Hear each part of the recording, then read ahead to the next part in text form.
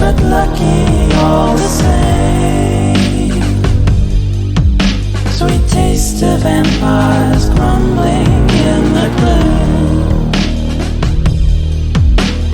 Napkin men with metal hearts around us, drawing nearer, bodies fill the room. Our talking heads parade their faces every day, showing us the way to think and feel, helping us to understand the rich man's point of view. They said it on the news and now it's real.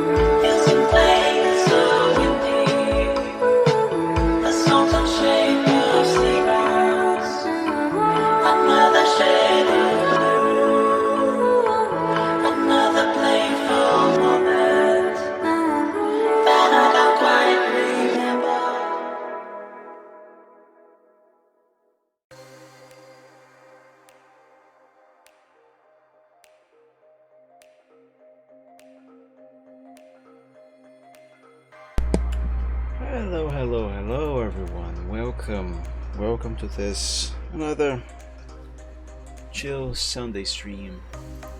Sunday art stream. If I'm honest, I was not really going to do a stream today because I am not really in the mood. It's just been a very crappy week. But I have to finish this commission that I have been working on for the last 2 Sundays, and I wanted to do that on stream. So the plan for today is to finish that commission, essentially. Let me open the file. Alpha 1. My file was in a Alpha 3 or 4 stage. Anyway, so on the last Sunday I have managed to finish the shading on the Superior, and I started the shading on this pony character. He actually has a name. I should stop just saying pony. His name is Nightfire. So what I intend on doing today is to finish the shading on him, and once I am finished shading him, I can apply the final effects that I need, and then I can declare this old commission finished. And once I have done that, once this is finished, I will finally, for the first time in almost 5 years, be able to open up for commissions again. And I really could use some extra money right now. So let me begin. Well, first I gotta see what I was doing on this pony last time. I think last Sunday I was going to begin shading this leg of his, but I was too tired and it was already getting late and I was hungry, so I kinda decided to leave it for that day. Bloomy Lotus, hello, how are you? Welcome to the stream. I hope you are doing well. Right now I'm just catching up what I was doing last Sunday, so I can continue now. Yes, I think I'm going to work on this leg. Start working by this leg. I just gotta find it. That's the left front leg. Where is it? Here, left front leg. With this, I will have the bracelets disabled for now. And yeah, I can begin. Just gotta pick a brush of the right size. And let's start. Shouldn't be difficult, especially since the light is coming from above. Oh yeah, I forgot. His fur is too dark. I have to make a few changes. That is great to hear, Blooming. It's still not good enough. Maybe shadows. Yes, shadows will do the trick. I need to disable the Vine Whip though. There, now I can properly see what I am doing.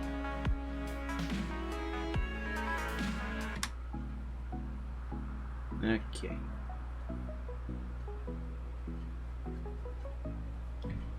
So yeah, Blooming, as I was saying on the beginning of the stream, I don't know if you caught it. This is a node commission that I am hopefully going to finish today, and once I do that, I will finally be able to, the first time in almost 5 years, open for commissions again. Now, as for how long I am going to be streaming today, I expect at least 3 hours, because there isn't much to be done on this commission anymore. Most of it is finished now.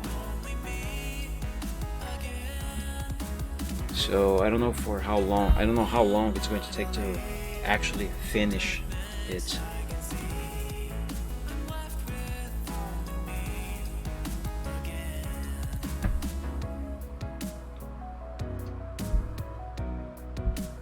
almost dropped my cup holder.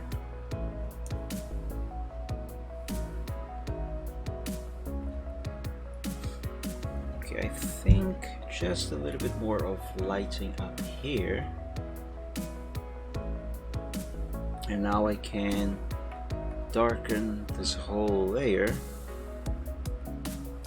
to apply that quote-unquote effect that I usually do. I really need to learn how to shade without relying exclusively on the dodge and burn tools. I wish I could. Oops, wrong shortcut. Hey, Photoshop just froze for a sec.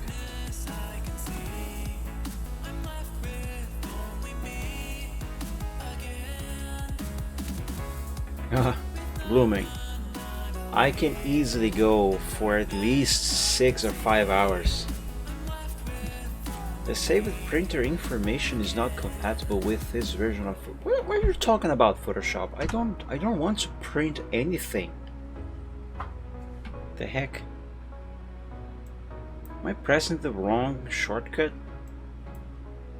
What the hell is this thing doing? Stop. Am I using the wrong shortcut? What is the shortcut for this tool? Burn tool. Oh. I was pressing Control O. And then Control P. I'm an idiot. Wait. But I'm pressing O, it doesn't. Okay, I think my brain stopped working for a second. It's Shift O. Okay. I now forgot what I was saying. Oh yeah, Blooming Lotus. I can easily do this for 5-6 hours straight. Maybe a break for bathroom, but yeah, I can easily go for several hours. Though I don't believe I am going to today because, like I said, there isn't much else to be done with this picture. I am almost done with it. It's almost finished. So I don't think it's going to run for that long. Especially if I can not make as many mistakes.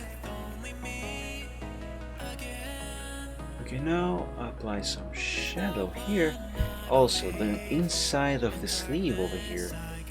This needs to be a lot darker. But this darkness must not necessarily quote-unquote leak into other parts of the picture. We just gotta look natural, you know? Must look natural.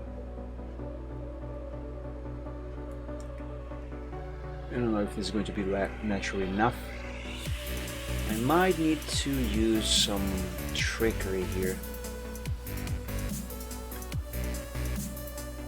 But add some shading over here as well to give it the impression of depth. Now an even smaller brush, and let's try to run the shading a little closer to the line. Okay, this is all twisty. Let's do it again.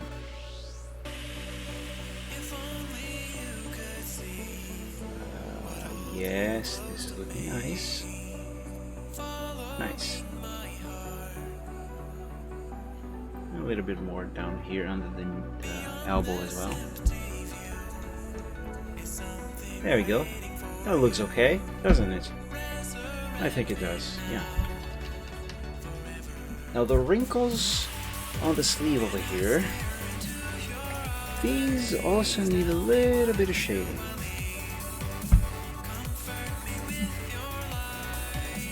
This side actually, the one I just done it on. There. I think 5 is the lowest it can go. Otherwise I manually type it, I don't really want to do that. That doesn't look good. Maybe I should use a larger brush and then go for a smaller brush. Yeah. No, not quite. Not quite. Hold on, did I lose pressure with this pen? Did Photoshop bug out? Hang on, I gotta check. Nope, I still have the pressure. Okay. Pen pressure is very important.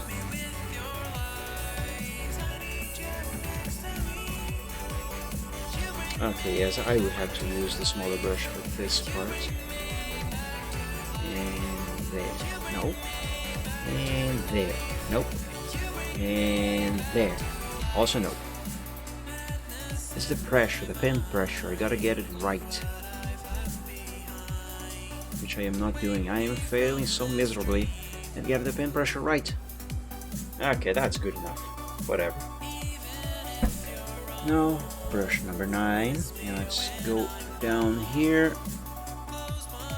Because this part is casting some shadow on the jacket. There. The proper shading helps a lot in giving the sense of depth to an otherwise completely flat image. With the proper shading and coloring, you can, I gotta change the range to midtones, you can even make something look realistic, make the picture look real. It's amazing what you can do with the colors and proper lighting and shading. Granted, I am not at that level, very far from it. Now I do a little bit of shading here. Yep, that's good. Now I gotta create some highlights on this jacket. So on the areas where the light might be stronger, I gotta do this. And this. Okay, this brush is too small for this part. There we go. There we go. That's good.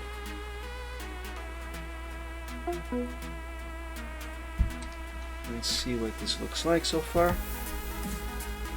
Yeah, it looks okay. What I'm going to do though is with a even larger brush, and I think of exposure of 100%. I need a larger brush. I am trying and darken this lower part here. Okay, this brush is too big. Darken this part here a little bit more because I think it's still too light.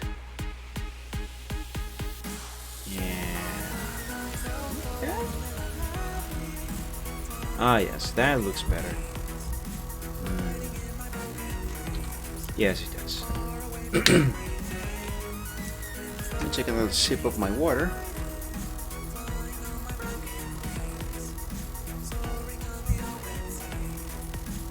It's very hot today. I think the highlight of light in this part of the jacket needs to be a little thicker.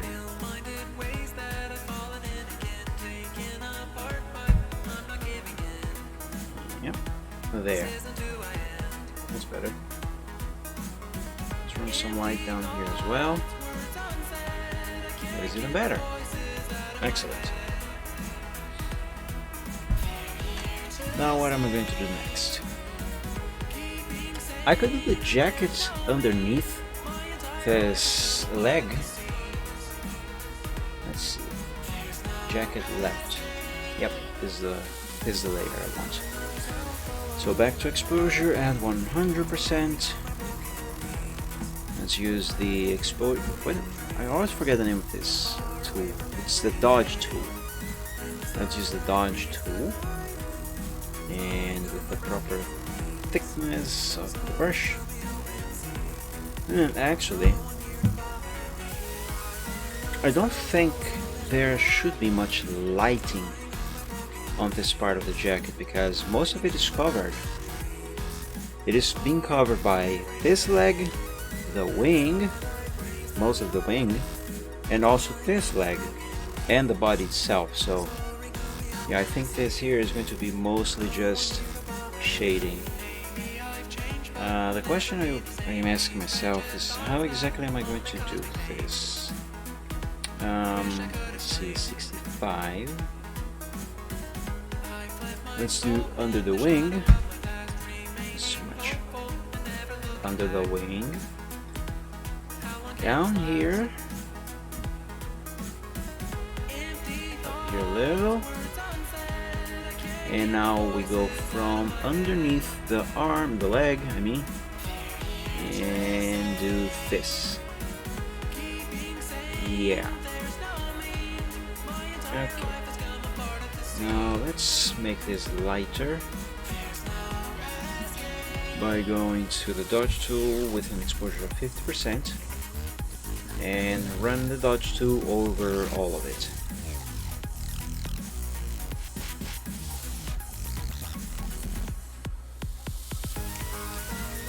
Actually no, not exposure of 50%. I am doing the opposite of what I usually do, so it's gotta be an exposure of 100%.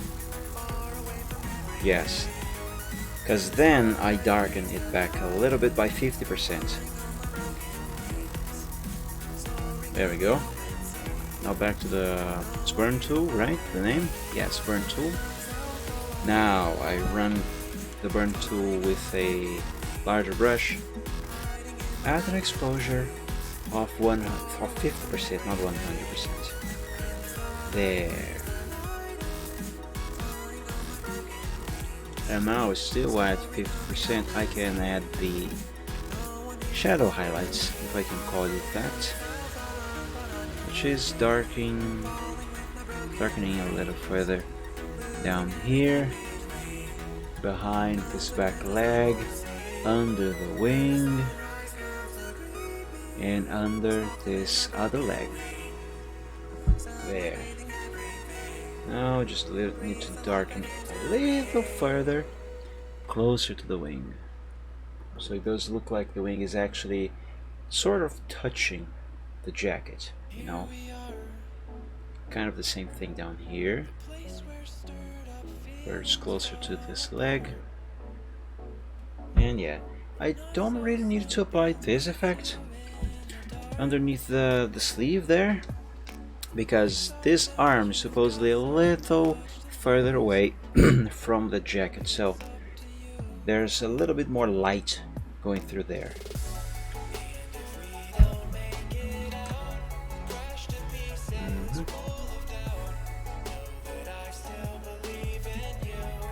Let's do the left back leg now.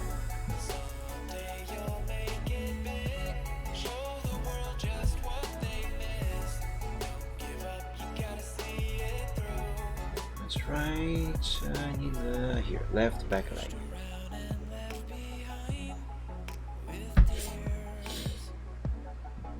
I think I need a smaller brush. 65 should do fine.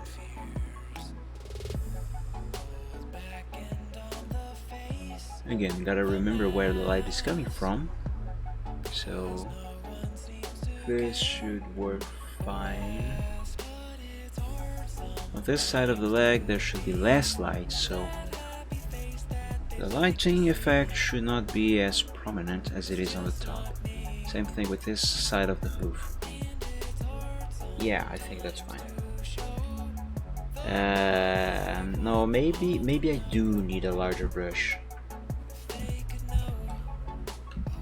Let's do this again.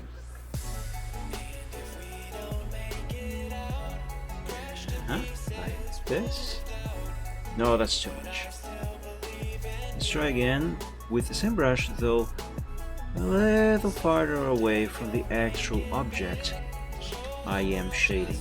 Well, lighting in this case. Now gently down here on the hoof. No, that doesn't look good. Brush 60, actually not 65. Let's change the size of the brush manually to 80.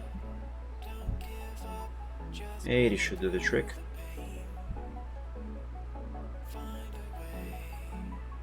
Yeah, a little bit over here.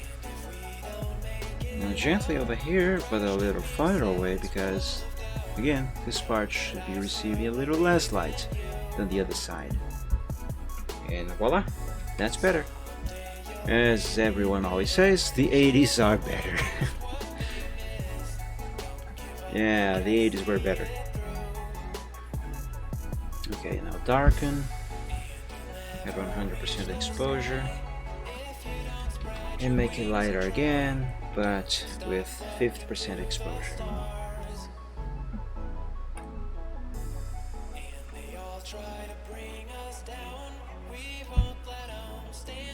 Actually, for lightening it, making it brighter again, I should use a midtones range instead of shadows. Should I? I don't really know if this is making a difference. Huh, it is. It did. Good. Okay. That's fine. Let's see. Let's highlight it now. Yeah, brush gotta be smaller. 35? Let's see if 35 will do the trick. Ah, this song that I just started playing. I can identify so much with it. It's not even funny. Okay, this should be fine. A little bit down here as well on the hoof. Yep. Now I can do the shade, the actual shading. Now that I have defined where the light is. Let's see, 45 maybe. Down here. Let's run some shadow through the middle here. Yeah. And down here on the bottom of the hoof. Because here is where there is the least amount of light. And also some down here because of the curvature of the leg. Hold on, gotta do this again. And with the smaller brush, I go even closer to where the leg bends. Yep. A little closer. There we go. Yes, it looks fine. As you gotta remember, this leg is bent. This is a quadruped sitting on the back legs, so the back legs, they have to bend. And as you can see with this other leg, this part here, use a brush. This part here is a bend, so there's less light there, so it should be darker. Okay, this leg is done.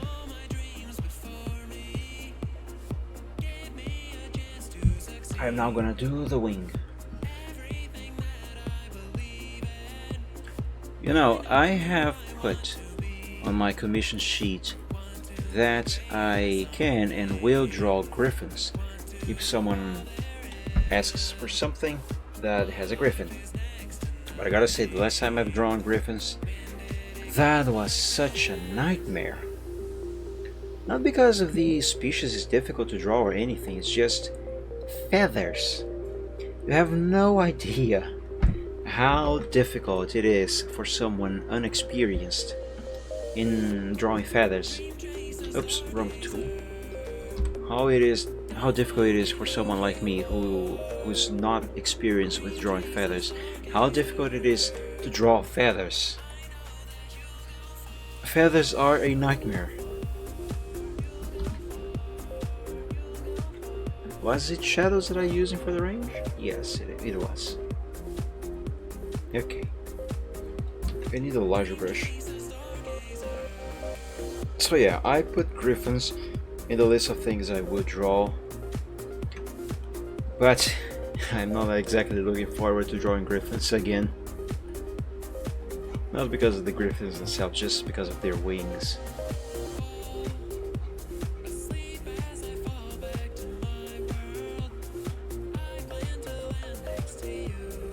Okay, that looks fine. Yeah, I really hope I do get commission orders, because I need money and I miss a lot. I mean, let me rephrase that. I need money and I miss drawing more frequently, a lot. And doing commissions is a thing that unites both things: the getting money, the earning money, I should say, and drawing more often. So it's kind of a win-win situation. Okay, now because these are feathers, I need to carefully apply shading and lighting to each and every single one of them. That's another thing I don't like about drawing feathery things. When the feathers are more prominent, you gotta pay attention to each and every single one of them. There, now a little smaller brush to do the one down here. Now I gotta apply some highlights over here and here. Yeah, that's fine. Not quite fine because I gotta do the pressure thing there. Pen pressure. Yeah, there we go, that's good. Same thing here.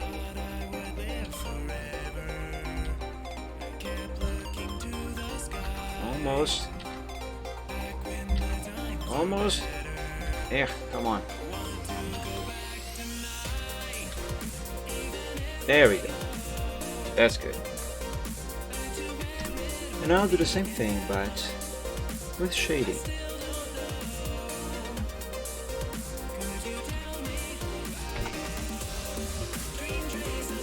No, I don't want to redefine the brush. Are you crazy? Here we go, down here on the lower part of the feather. Actually, I need an even smaller brush. Let's use a size of, what's a meter between 9 and 13? 11.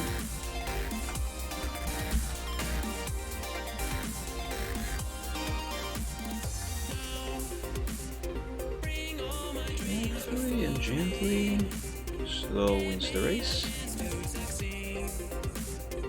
Do the same thing with this one here. I feel like I'm gonna need another pass of shading from these. Yes, I will. Closer to the line.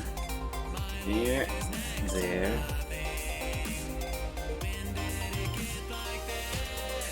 There. And there. Gotta do a little darkening over here as well. And maybe a little into the light highlight over here as well, because supposedly this feather is over that other one, so it should be casting some shadow. Yeah, that looks okay. No darkening over here, and here, and here. Now with the bigger brush, not that big, I will run more shading down here on this part of the wing as a whole. There we go. The wing is shaded.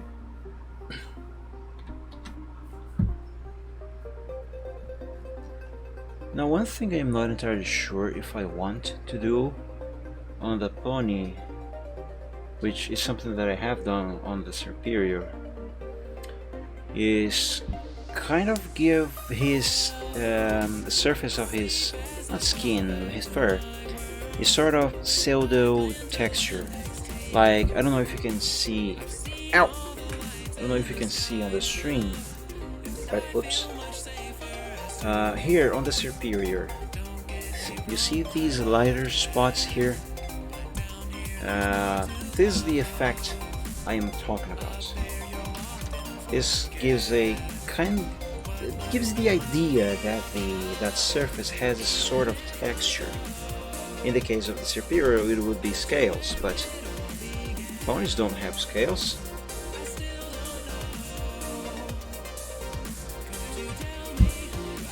You know what?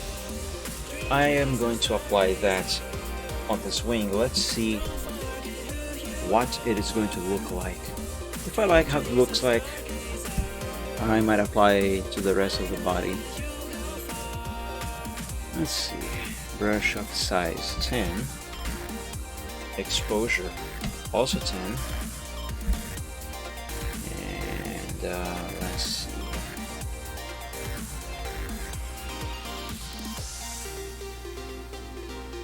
That actually does look quite alright on the wing, I gotta say, I think. Does it? And maybe if I do the same thing with shading, that should give a better contrast. 10, 10.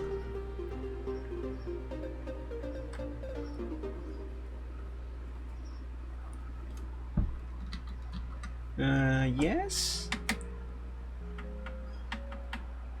I guess that looks okay. I am not quite certain if I like it. So, what I'm going to do is to leave it for later. And instead, I would just do the regular shading on the whole body. And once I am done with that, I will save as this version as a backup and apply this effect on a new file. So then if I decide that I actually like it, I will keep it. Otherwise, I would just go back to the and leave the regular shading.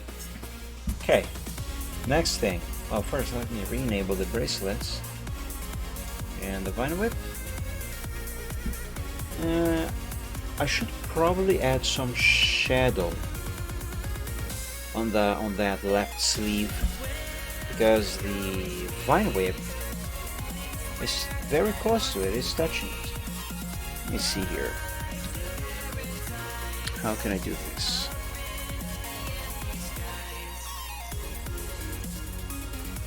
It's gotta be believable, that's for sure. And I don't really feel like using the pen tool again with this, like I have done with the body of the superior. Let's see.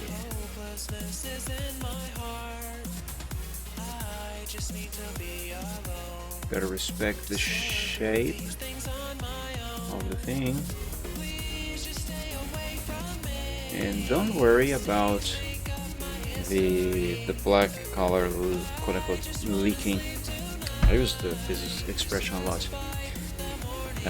Going out of the sleeve. I will deal with that later. Here, there.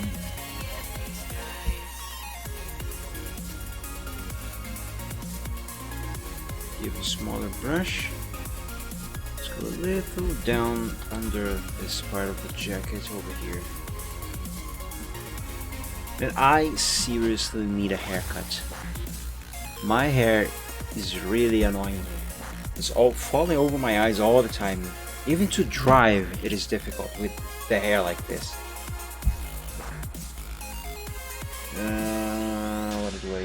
What am I looking for? This, yes. Now I select this layer. I invert the selection. And with a solid brush on the eraser, it doesn't need to be that big. I go back to layer 2 and okay, I should not have inverted the selection, and there we go, I erased that part that was going over. Now let's see, let's name this layer Vine Whip Shadow. I think I used a 50% opacity for these. What have I used on this part here? Let's see. Let's go back to the superior. and head shadow 50%. Yes, that's what I need. So that's what I am going to do with the Vine Whip shadow. I am going to give it an opacity of 50%. There we go. Yeah, that looks alright, I guess. Although now I gotta use a soft brush and gently erase some of this shadow down here. This brush is too big because the shadow should be weaker on this side because this side has more light. Now to give the idea that this is actually a shadow with a larger soft brush, I will run this whatever this was called over here. It's too much. I forgot what this tool is called. It's blur tool. Right. Run the blur tool over here. Just enough. Just enough. There we go. Now as you can see here, what I have done is, as the object that is casting the shadow distances itself from the surface the shadow is being cast on, well, not distance itself, it's just as the distance between it and the surface increases, the shadow becomes weaker, so less defined. So as you can see here, since this part of the shadow is very close to the Vine Whip, which is the object that is casting the shadow on the surface, which is the jacket, it is more prominent and it is more defined. On the subject of defined, I feel like I need to fix the shape of the shadow though. The shape doesn't look right over here. Yes, that looks better. So yeah, on this part it has to be more defined, while down there it doesn't. And that looks okay. And that reminds me, the other day I was thinking of the head of the shadow that the head of the Serpyria is cast over here. I believe I have to change this. I believe this needs to be a little different. Let's see. Head shadow.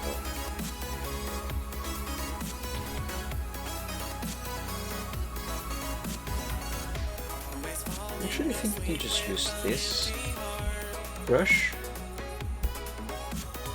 And the idea here is that the shadow actually has to run all the way down here. In terms of shape, then I can... oh, this is too large.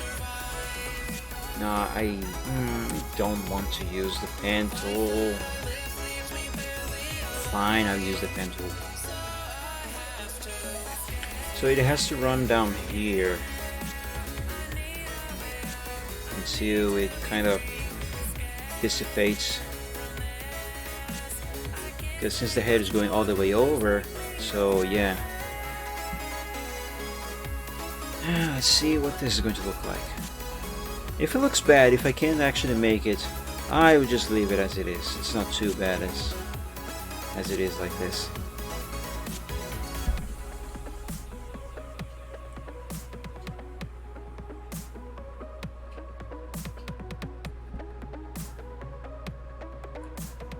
I just want... it's not too bad, I just want to make it better, you know? Okay, I think this is fine for the shape. Make selection.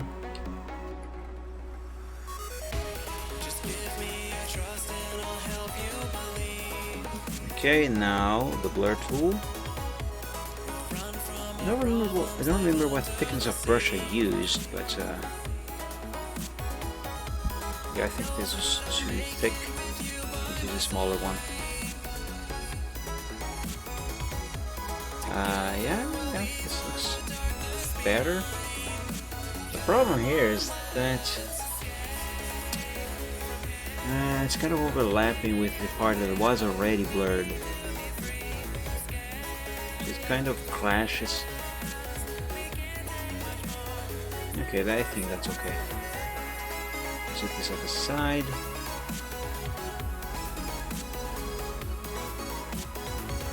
Now what I need to do is to fix the shape, because since I have added this, let's say, appendage to the shadow, this part up here seems too pointy.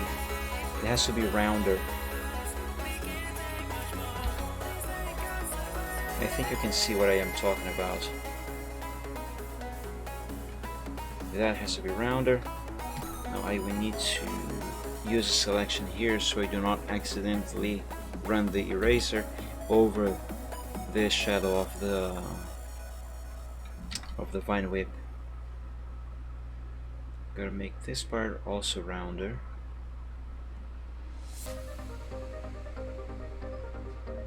Yes. Yeah. This looks okay-ish. Now we can remove that selection. Actually, no. Let's keep the selection so we do not damage the other shadow. And again, like I have done with the shadow on the pony. Thank you so much, Blooming Lotus. I really appreciate that. It's always good to have new watchers on the A. Yeah, like I have done with the shadow of the vine whip on the pony, I now gotta weaken the shadow over here. There we go. Now that looks more natural, doesn't it? I think it does. Yep. Now we can go back to the Nightfire pony and keep working on that.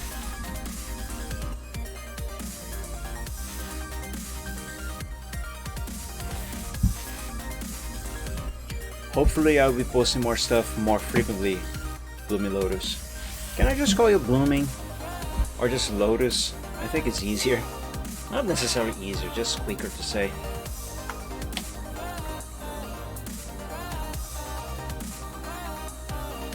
Right, let's see, what am I going to do next? I have already shaded his body, his leg.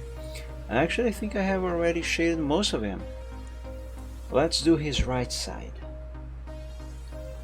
What is the next layer? Oh, this one has a typo. There we go. Okay, I can shade this. Let's go for the dodge tool. Or just Chris? Okay, I'll just call you Chris then. Or maybe not, if you don't mind. I think I prefer to say Blooming or Lotus. Nothing wrong with the name Chris, just that my brothers call it Chris. Well, Christopher, but we say Chris for short.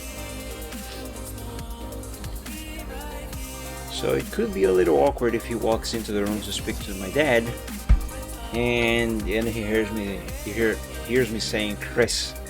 You'll think I'm talking to him. When in actuality I don't really want to speak to him. Okay, let's add some light. Okay, this brush is too thick.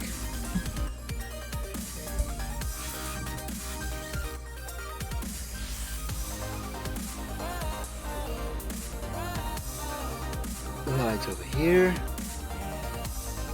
You know what? Here, I'm gonna do a thing before I continue that. Hold on. I hate DA's new layout.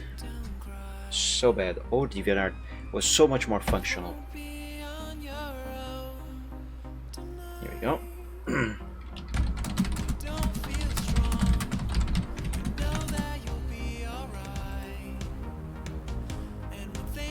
And have a free llama. How do I give llamas again? Kill. Llama badge.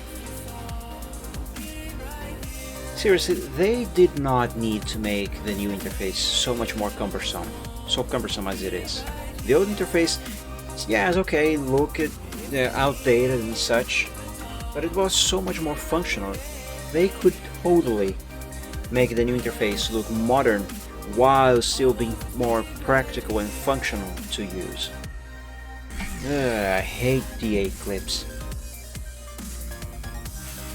I use it, but it doesn't mean I like it.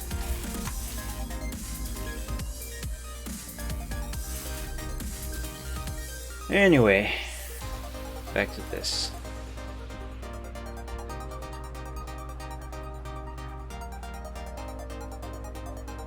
The old one was better. Yeah, there was nothing wrong with the old one. Not saying that they should have kept it. Like I said, I would be okay with the Eclipse if it was practical and functional like the old one. But no, they made the choice to intentionally make it cumbersome. Before, like the message center, okay? I think this is my biggest gripe with the new interface with Eclipse. The old message center. Wait, I think I made a mistake here. Yes, I did. The old message center. You could absolutely manage literally everything from the same one page. In there, you could see all the deviations that the artists you watch have submitted recently.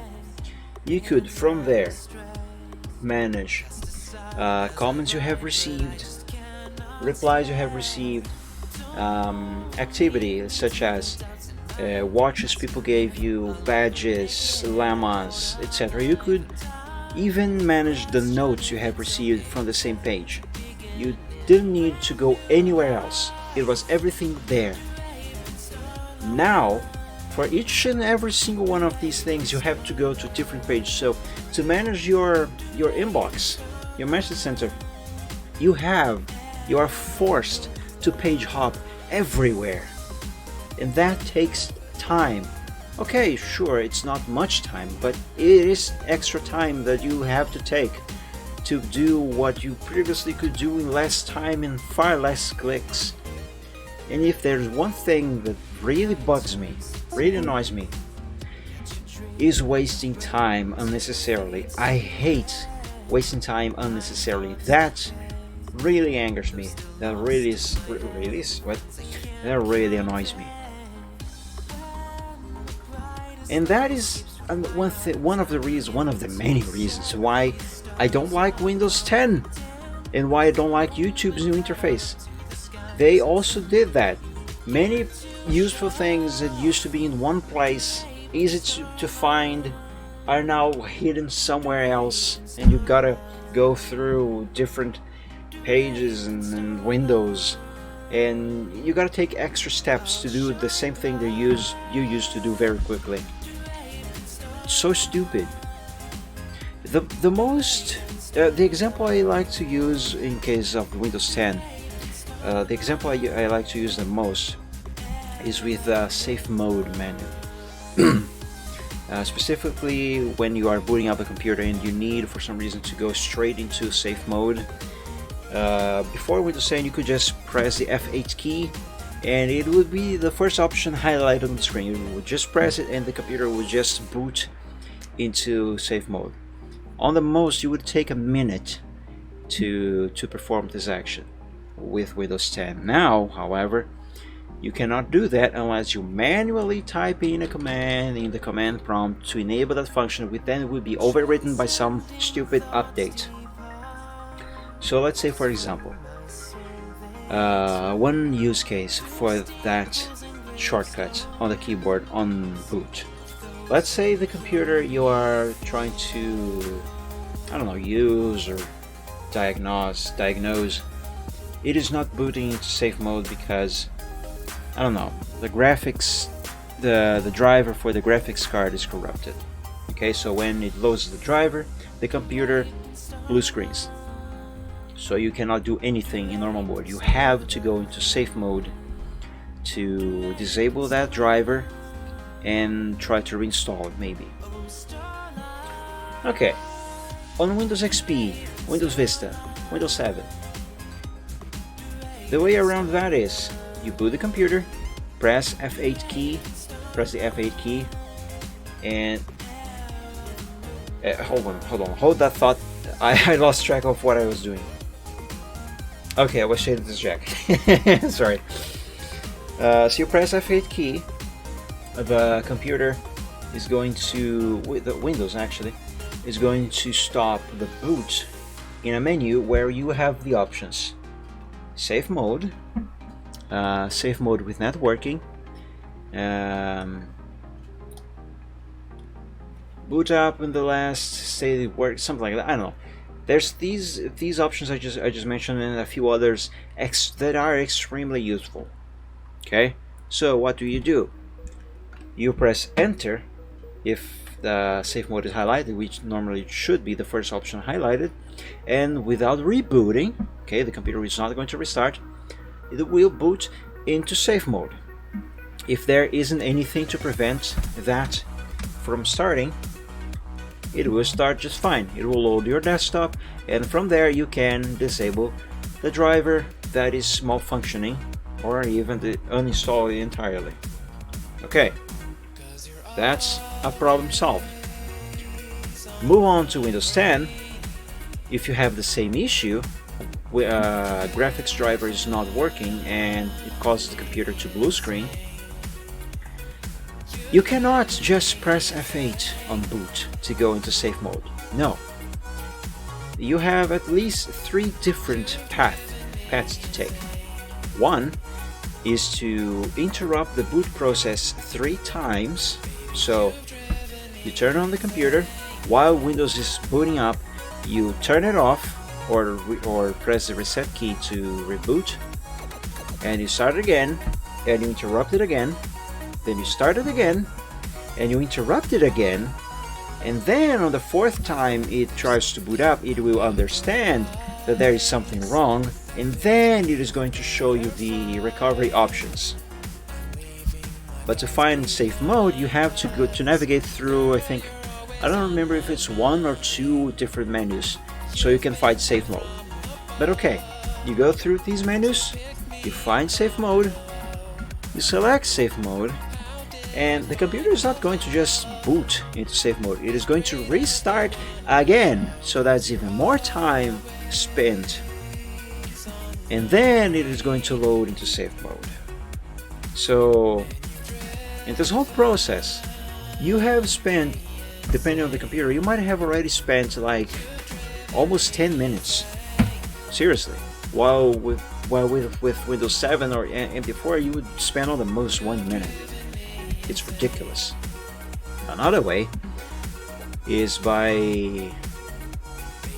in normal mode, you go on msconfig, or I actually think they are using different path now, but anyway, there's a setting that you gotta enable for the computer on the next boot to go into safe mode. But in this particular example, for instance, you cannot use that because you cannot use safe mode. I mean, you cannot use normal mode, so that's useless.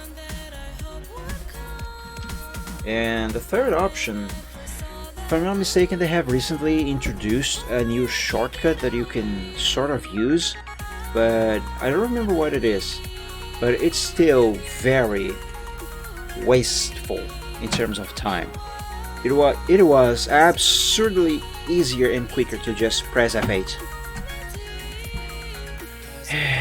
I'm sorry for the rant. Just wasting time just angers me. I really don't like wasting time. And when companies make you waste time, I mean, when they do this, they change an interface and options and make it more, not necessarily more difficult to use, but more cumbersome. They complicate things that were otherwise simple. That really triggers me. There is no need to do that. And like I mentioned, DeviantArt now is full of it. YouTube is full of it. Windows 10 is full of it when you compare it to other previous Windows. And it's just... ugh.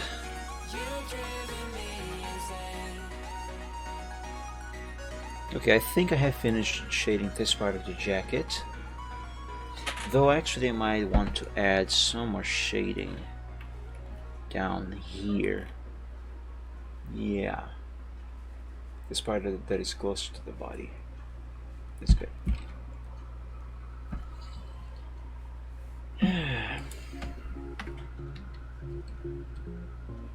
Now I gotta redo this because, yeah. There we go. Now I can move on to this leg. Now for this, I will have to again hide the bracelets layer. I will work on the bracelets last.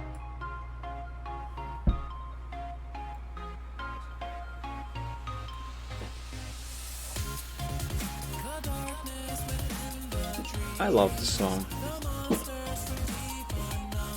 Now one important thing to note here is that the shading on the hoof will actually have to be a little different because it should not have as much light on it since the cell phone, the smartphone, is kind of above it.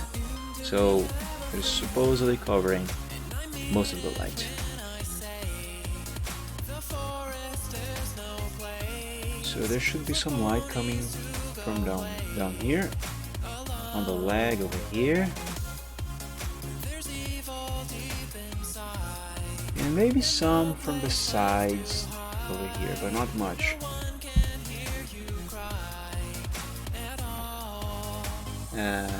Yes, I guess that is okay.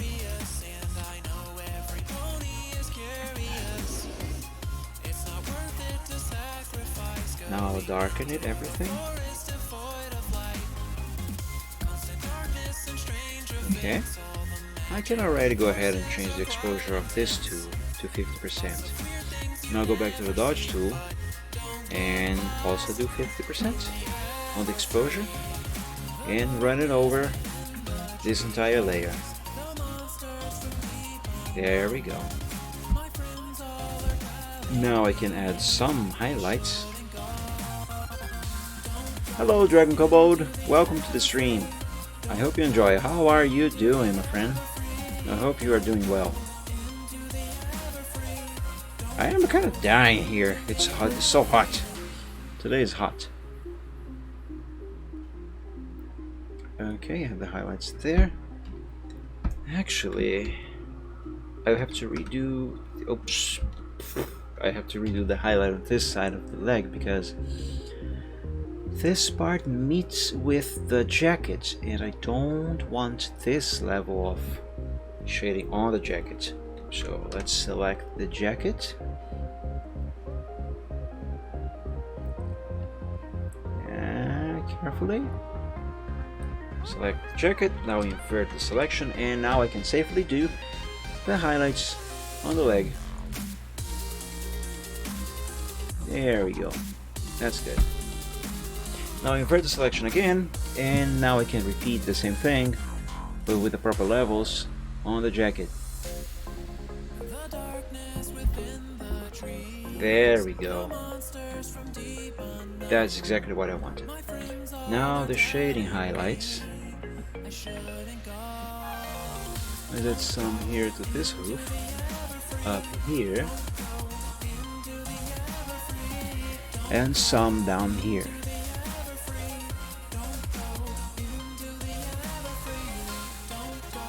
Gonna do the same with the sleeve.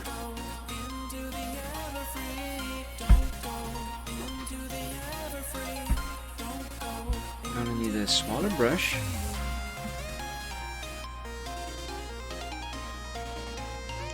Now an even smaller brush, because I gotta cover the inside of the sleeve over here. You know, the same thing I have done with the other front leg, essentially. There, that should be okay. And not quite, not quite. Hold on.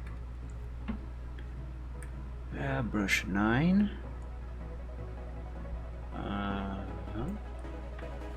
Now that is better. And save.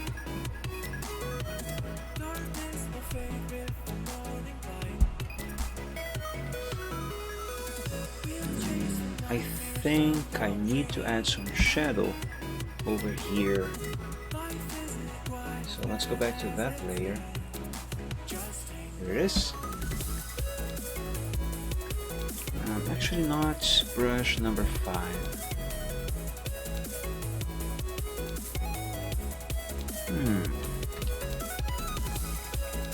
I need paintbrusher here.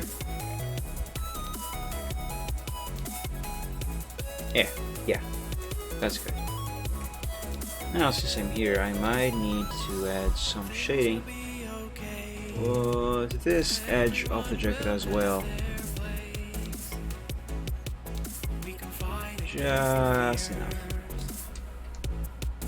Yep, that looks okay. That looks good.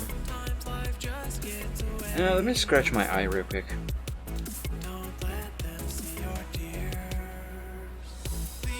Okay, I think the next thing I gotta do is shade the only remaining limb on this horse, which is the right back leg. Right back leg, here it is. Exposure 100. Exposure 100.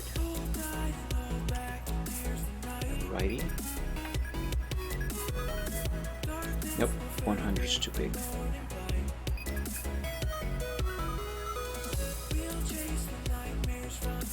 Some light on the hoof over there. Some light on the back of the hoof. Of this part of the leg anyway. Over there. Okay. Now as usual, darken this whole thing.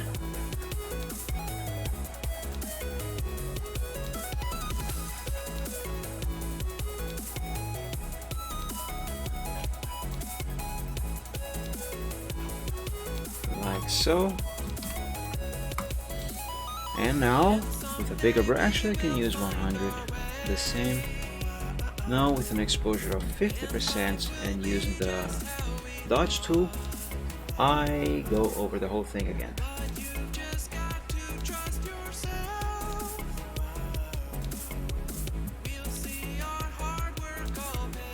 Yeah, I don't know why, but feels off for some reason. Did I make some mistake somewhere? I'm not sure. Anyway, highlights. Highlight that. And let me run a selection here. Okay. And highlight here. That's fine. Now, exposure of 50% on the burn tool. I will create the shadows highlights. Gotta darken this part of the leg over here, down the hoof.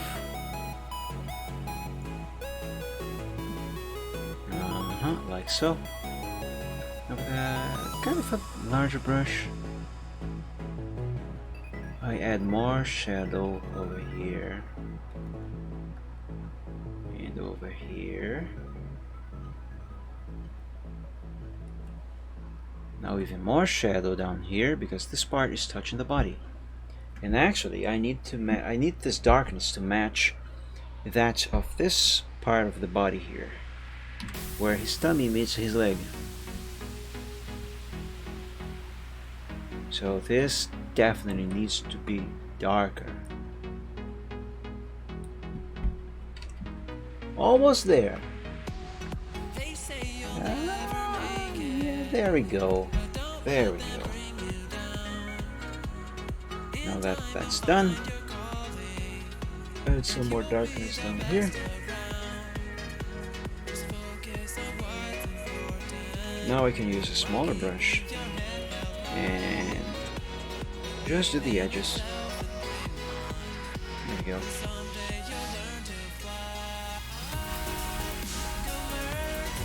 I might want to make the left back leg a little lighter. As to, well, maybe instead I can just make the right back leg darker, because I think I have overdone the light. Yeah, I did overdo a little bit. Though I am going to use exposure of 30% to darken it. Doesn't need to darken it too much. Yeah, that's better. Okay, let's see what else is left on the horse. The tail and his mane. Wait, no. I have done the mane up here. It looks like there's a little bit of a mistake over there.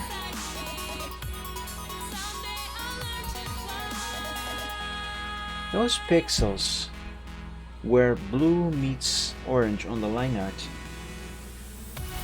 there should not be as much white over there. Let me find, where is that? Here it is. The way I am going... If you hear voices in the background, my dad's on the phone, so don't be alarmed.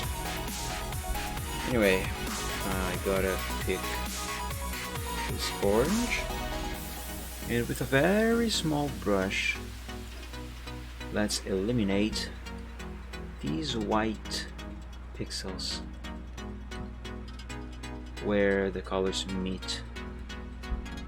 Okay, so that's done for the line art. Let's do the same now for the actual hair of his mane.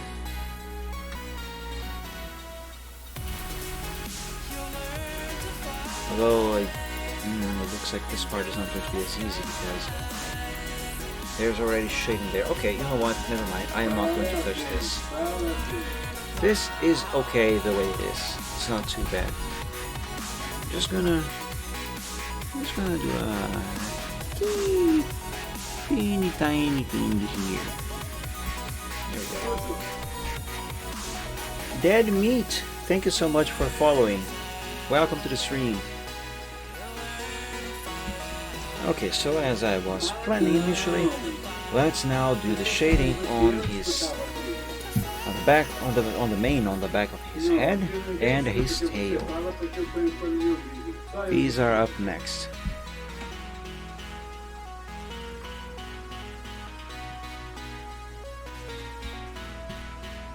Now let's see, gotta find the layer for that.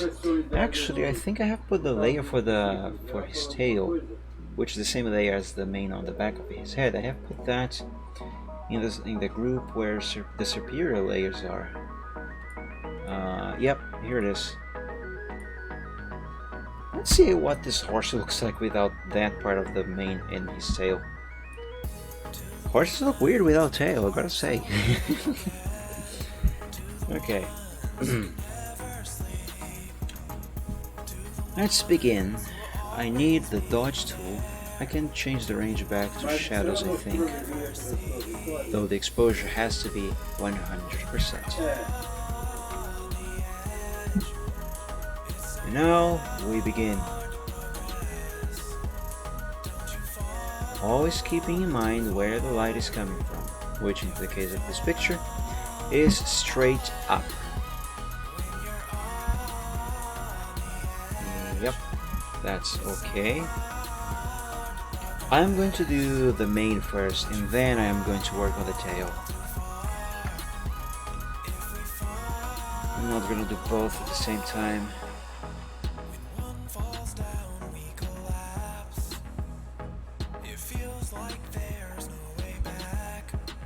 Alright, that seems okay. Now back to the dodge tool, and I change the exposure to 100, I mean to 50%. 100 is the size of the brush I want. Yeah. There we go. Now with a smaller brush I gotta do some highlights on his mane. and they gotta meet what's on the head, top of the head.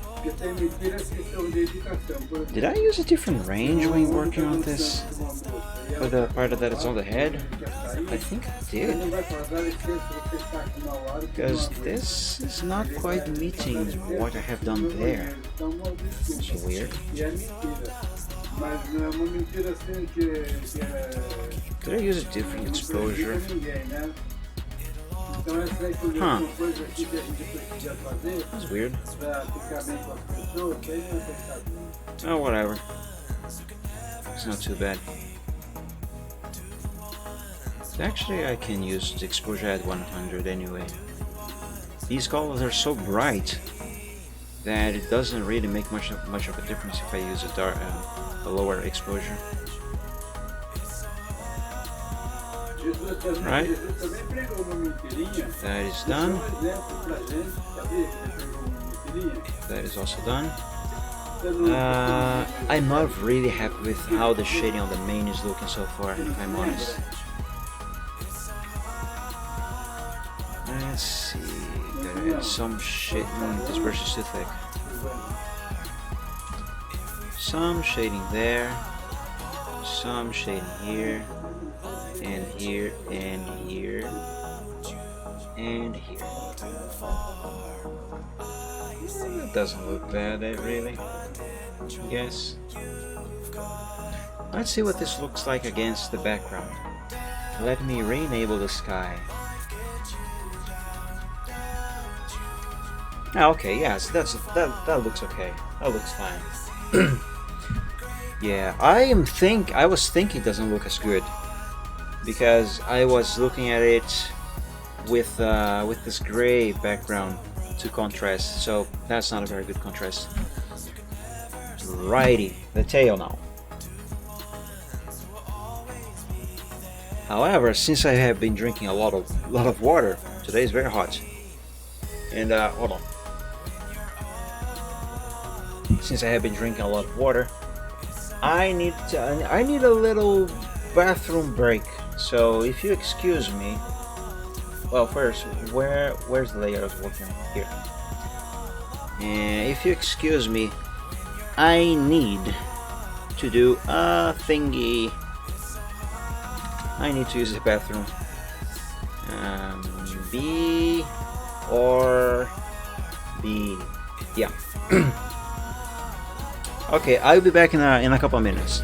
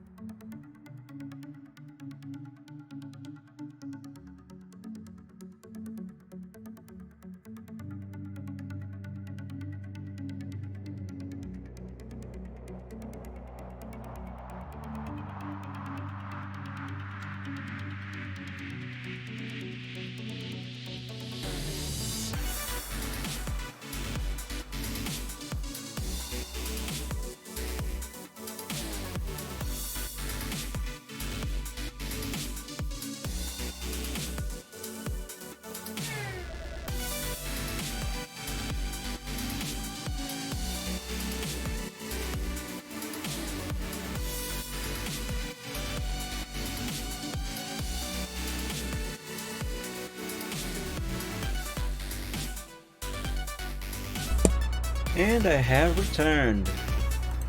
Let me just check something real quick, and I will resume work here. Oh, first, let me delete this BRB layer. Okay, I just need to check something real quick. And I'm here.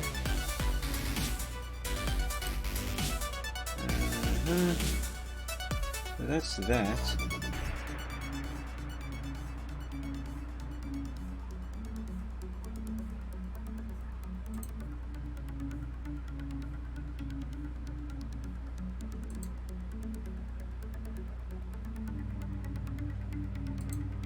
Okay, let's go back to doing this. Let me just make myself comfortable on my chair.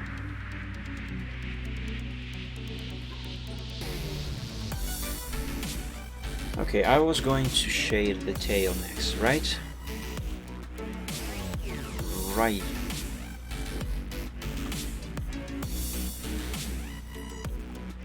Now the tail. The tail is going to be interesting because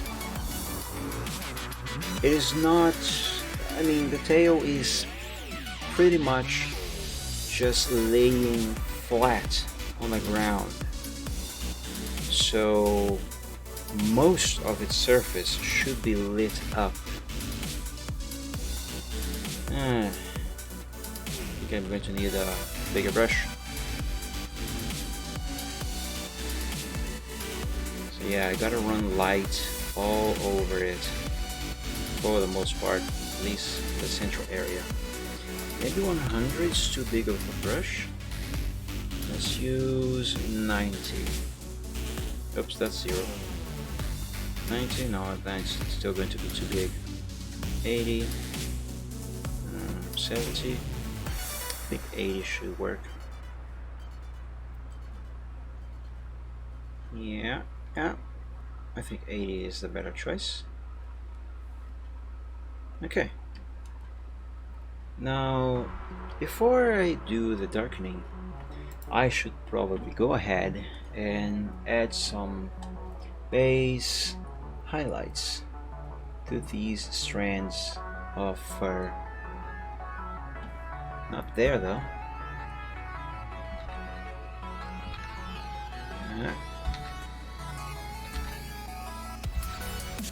Kind of like this. Oh, that's nice. I like that. That is good. The same here and here.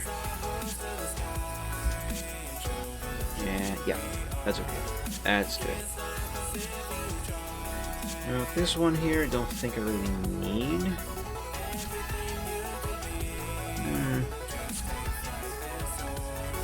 Yeah, that looks okay.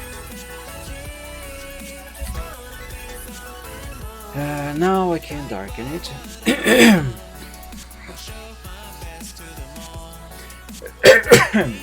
Excuse me.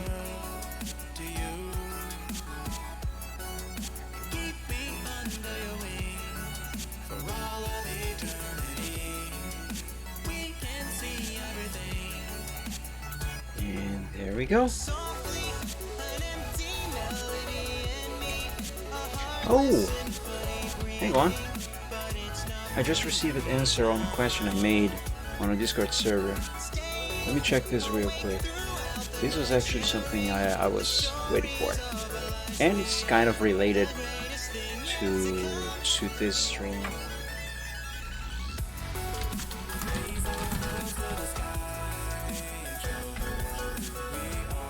Yes, excellent. So in that case, I asked it on the Legends of Equestria official server. Not official, wait, this is the official, what am I saying? If I could advertise live streams there. And it seems like I can.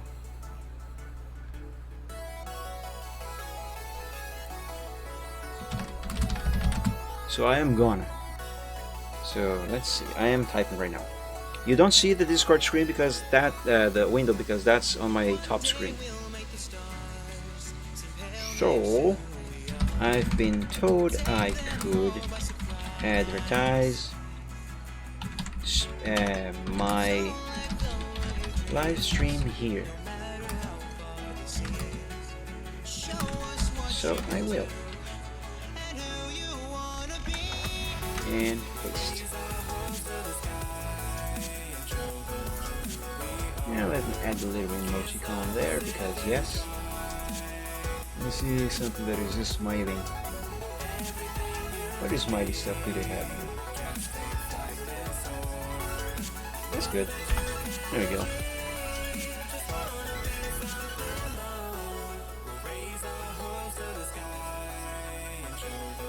Alrighty. Now back to Photoshop. Okay. So I just darkened the tail, right? Didn't I? No, I added some highlights. Okay. Now I can't remember what I was going to do next. I remember now. I was going to add some shading highlights because they need to be here. Okay, this part of the tail is lower, so we get some shading. This string of fur also gets some shading down here on the lower part. And kind of the same thing with the one there. Oops. Just not too much. Now some here. Okay, Blooming. Thank you so much for coming. I hope you have enjoyed what you watched. Have a good rest of Sunday and an amazing week.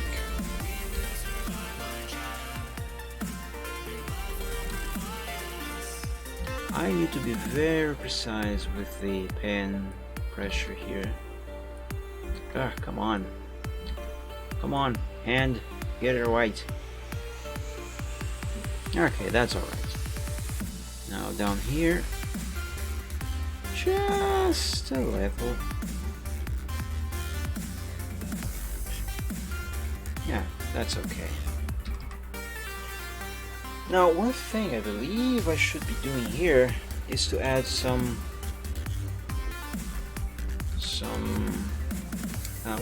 what should I call it? Not strings, but more highlights of light. That is barely showing. Maybe if I use a range of shadows. Oh, that brush is awful for this purpose.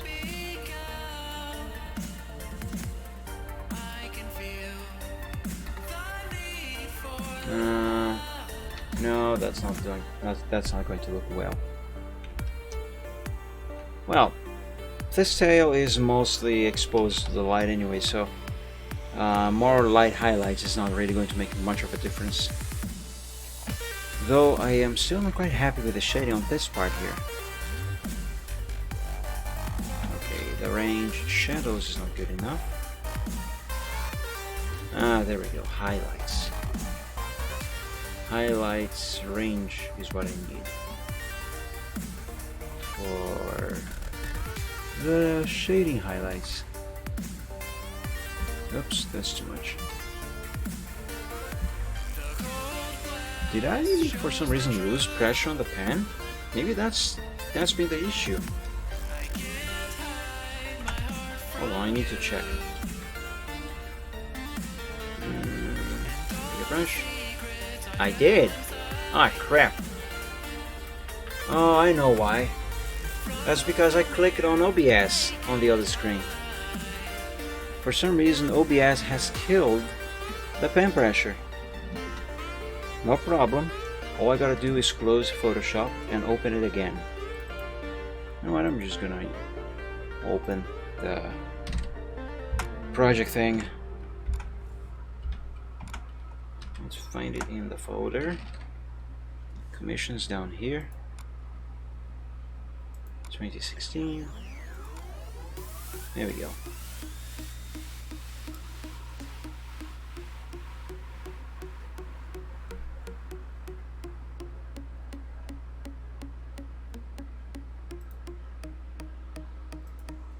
Okay, just to make sure I have the paint brusher back, let me test.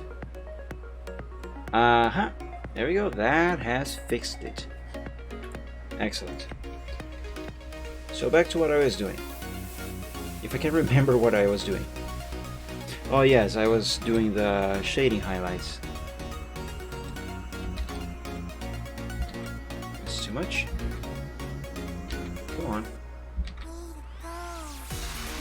There we go. No, not quite.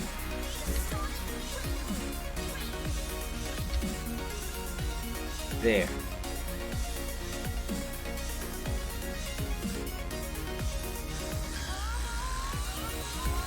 Gotta do the same thing here. But again, with the proper pen pressure. Just a little down here. That actually looks pretty good. Yes, I like that. Now with a slightly larger brush, I add more shading down here. Now a smaller one, and I add some shading here. Yes, that is alright.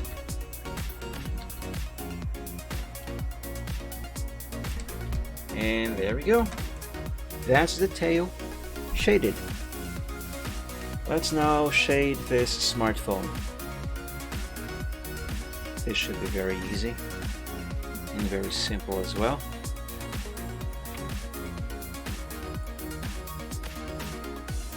Change this to midtones again. Where did I put the smartphone layer?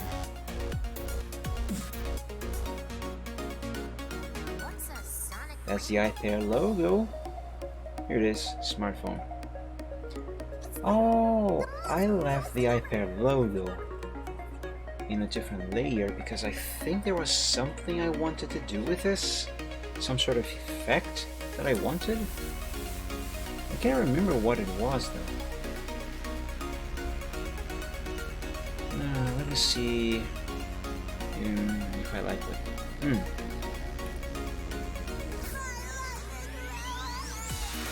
I mean, that's not bad, but I don't really like it. Stroke, absolutely not. Outer glow, no.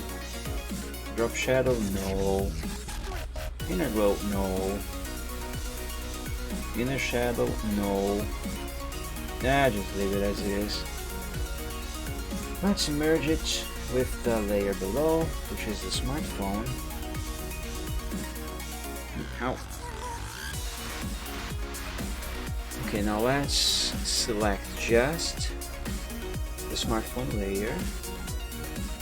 I mean just the smartphone itself, because it is the same layer as these inscriptions. Tap. Because you know the phone is tapping on the screen with his hoof. That is cute. Let's begin.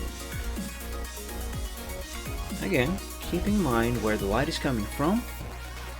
Let's do the lighting. Let's add some down here and some here on this side. Alright. Now darken everything.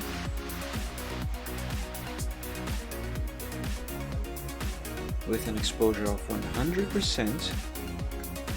And now back to the burn tool, but with the exposure of 50% and a larger brush, and light it all back on. Yep, there we go. Now with the same exposure but a smaller brush, I gotta add some light highlights on the edges of this device. So it's go through here and down there, here. Maybe don't need down here, just this edge over here. Let's get the burn tool with an exposure of 50% as well. And now I give this smartphone some shadow down here in the center. Yeah, that's okay-ish. Do I want to do anything particular with the lens of the camera or this logo? Nah. It's just a simple prop anyway. Doesn't need that much detail. Not for this particular picture anyway. Okay. Now, is there anything else that I have to do in regards to shading off this pony? I don't think so. I think that's about it. Let's see, let's save. Save, I'm trying to think what is the next thing I need to do. Let me enable the background. Yes, that shading is alright. It is quite alright.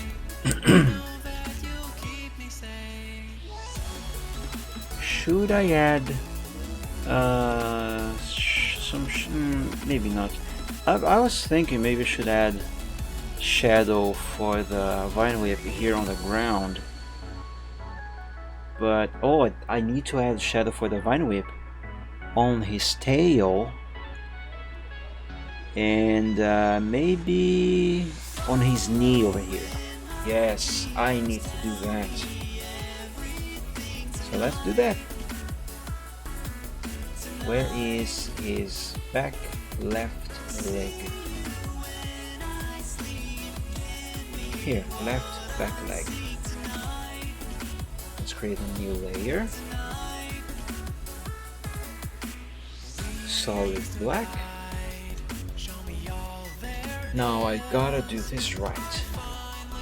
First I gotta pick a brush. So yes, I gotta do this right. Where on this leg is the shadow going to run over? Maybe here on the edge, kind of.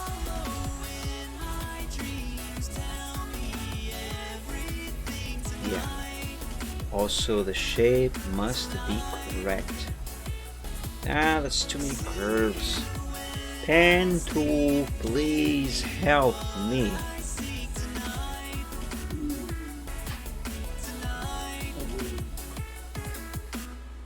Okay. Now I just gotta do the shape. And again, my dad is back in the room with talking on the phone. So that's the voice you might hear in the background. Okay, I think this here is alright. What I need to do is stroke path. That does not look good. Forget it. Forget the pen.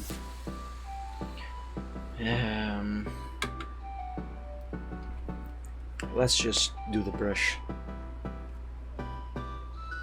I just have to do a lot of fixing.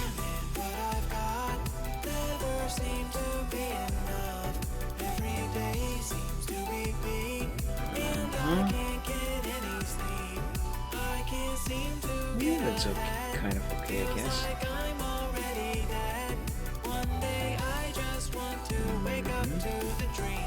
Yeah, that's not too bad. Now let's select the leg and erase this part. Wait, I need solid brush for this.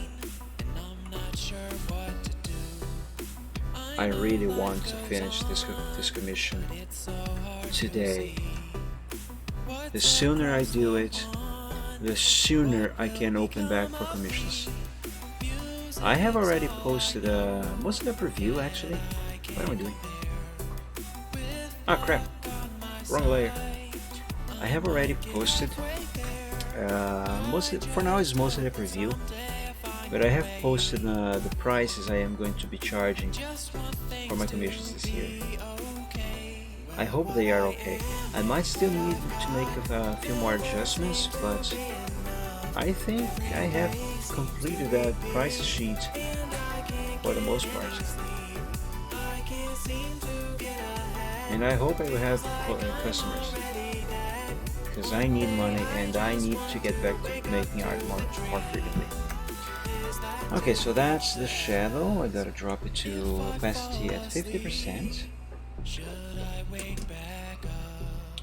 And actually I could merge this layer with the shade, with the shadow I mean, that I have made here on that whatchamacallit, sleeve. No, I cannot. That is on a... no wait, can I? Look. Vine Whip shadow, yes I actually can. I can merge them. I will do that after I finish doing it, working on it here on the leg. Let's use the blur tool and some of the eraser with a soft brush.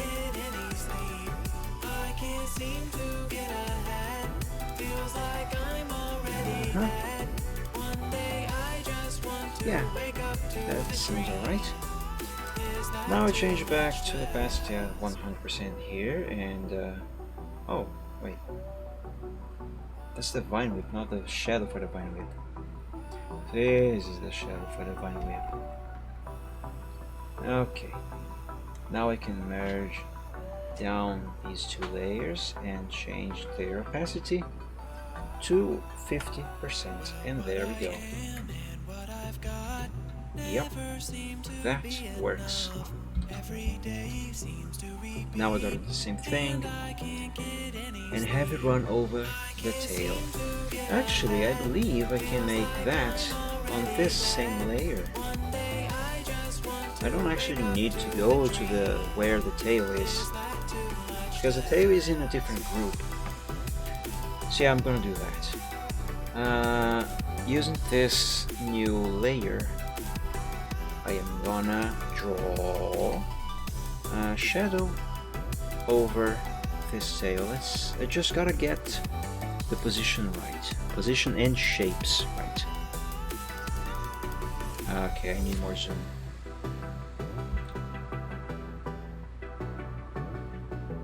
Because remember, the tail is not a completely flat thing.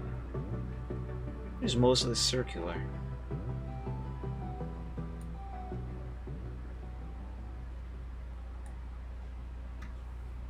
So shapes need to be respected. Shapes and proportions. Proportions are important. Very important.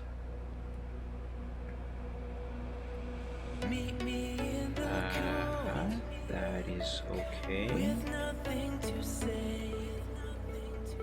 Some more rounding there. Now the eraser, so I can define the shapes.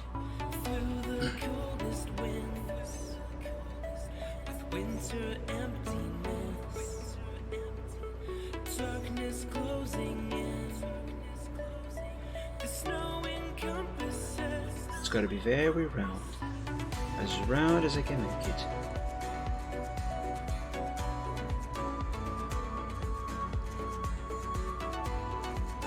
Down here there's a bigger drop, that's too much. Okay, down here. Here. Now over here, I need to define the shape a little more.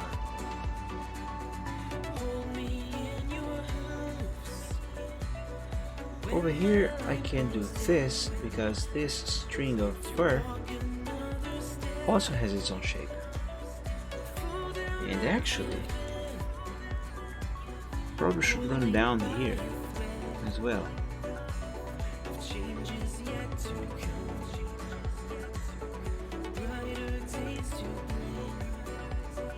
You may a smaller brush, please. Thank you very much.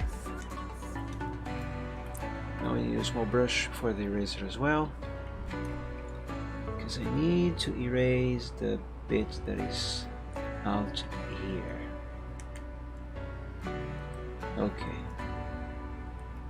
Eraser number 9 should be fine.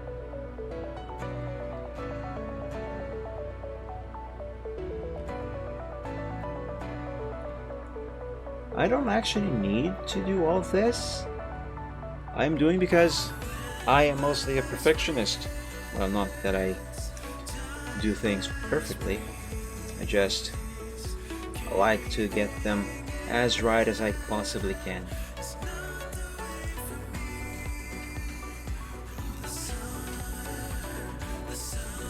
Okay, now this side here. Again, this kind of has its own shape, so that needs to be respected. Okay, now you might be wondering, but Mike, what about those things on the sides, here and over there? Well, those are going to be erased once I select the tail layer, if I can find it. It's here somewhere. Tail shadow, tail spine. Night fire mane and tail. Here it is. So I select that like so. And now we go back to the layer where I have drawn these shadows. And with a larger solid brush, I erase them. There it is.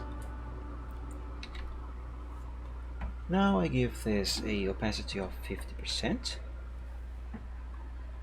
and not smudge, and I blur the edges of the shadow,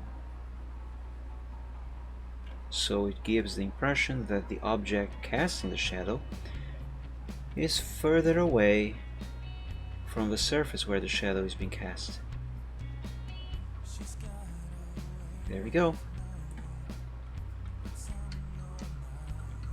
And also I gotta need the eraser again and the softer brush, and kind of this brush is too big.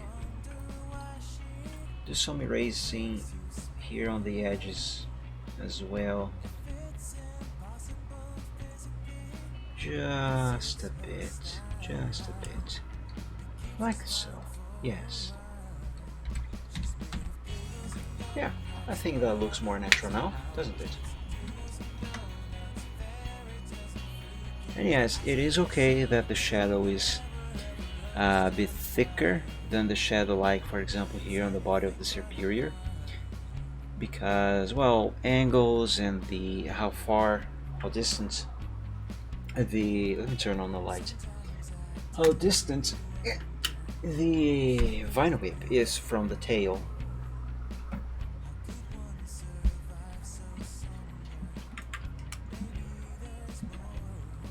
Oh yeah, now I need to merge this layer with the other layer. So 100% there. Merge. Oh no. What have I done? Heck. I think I accidentally merged all visible layers. Wait, what is happening? Stop it. Master opacity. What the hell did I do?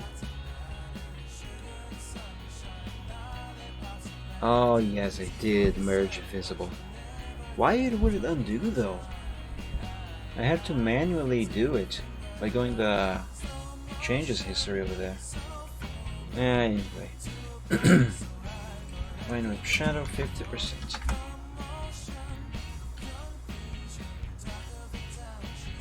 Okay, that looks fine. So, what else do I have to do now before I move on to other things?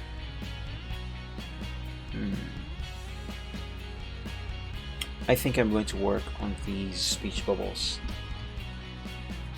Although I don't necessarily need to apply any sort of shading or effects to them.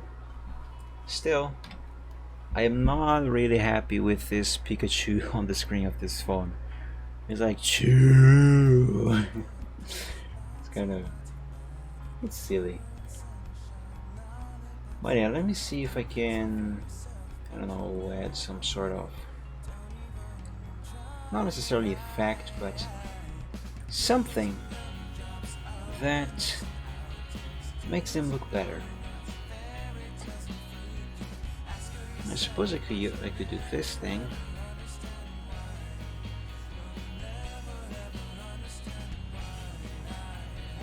Level and emboss.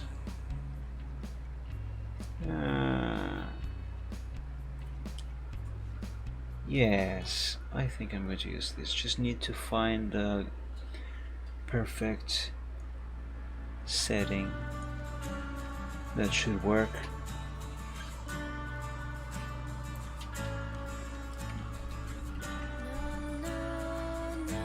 Okay, yes, this Pikachu. He needs to go. The original sketch I had for that was actually a Pikachu. Let me see if I can find that. It was a Pikachu, but not like that. I can tell you that much. It was kind of like this, actually. You know what? I can just use this. Whatever did I do with this speech bubble?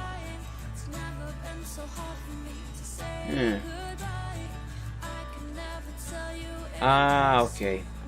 Originally I was going to do just a Pikachu face there, but then I decided that to add a smartphone and then the Pikachu face inside the smartphone, well, on the screen of the smartphone, as to imply the character is saying, no, I want to play Pokemon on my phone, instead of playing with the Serperior, which, because the implication here, as requested by the person who ordered this commission, the implication here is that this pony is a Pokemon trainer and he's playing Pokemon Go on his phone.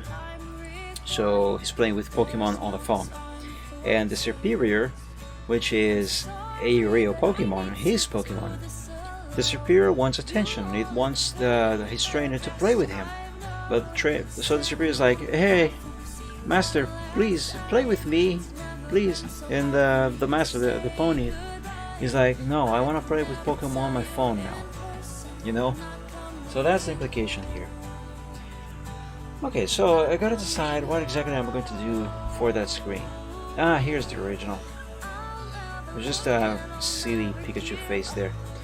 Actually, I can use this as a base for what I am going to put on the screen. Let's see, that's sketch sample 01. Sketch sample 01.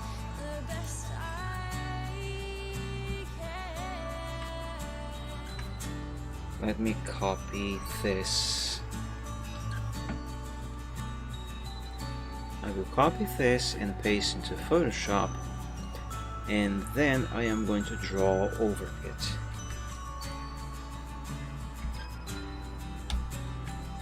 Just gotta remove the background. Yeah, that's fine.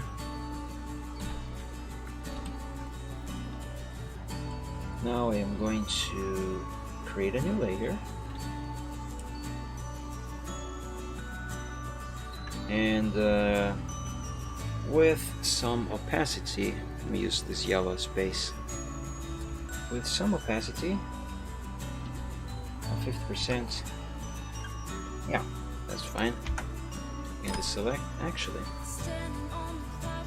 instead of going freehand, I can just do this. Yeah. Now I color the inside like so.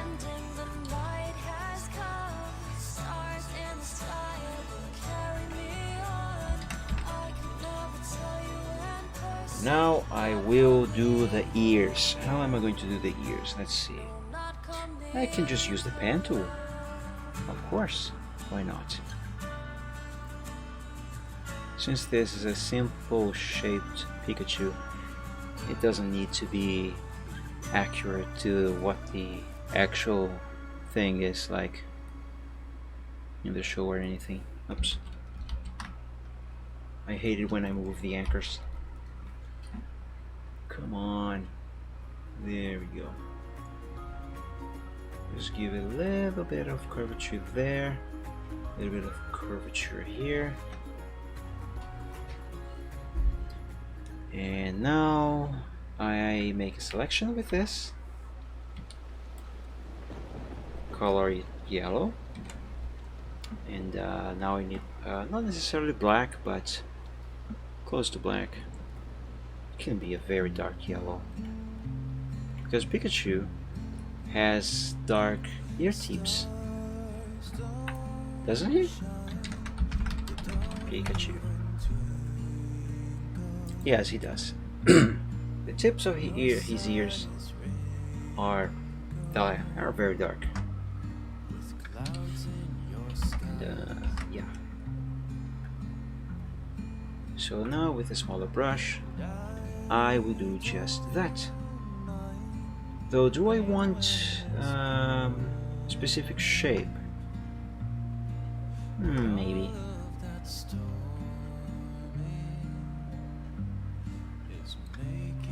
Like this. Yes. This is fine.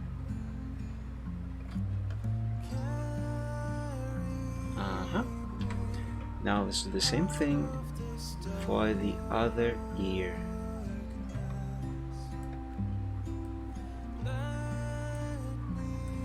Let's define a shape.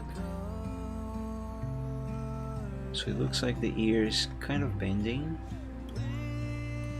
Okay, now make this selection. Switch the color back to yellow. Color this, now back to black. It's actually a very dark yellow. And do the shape.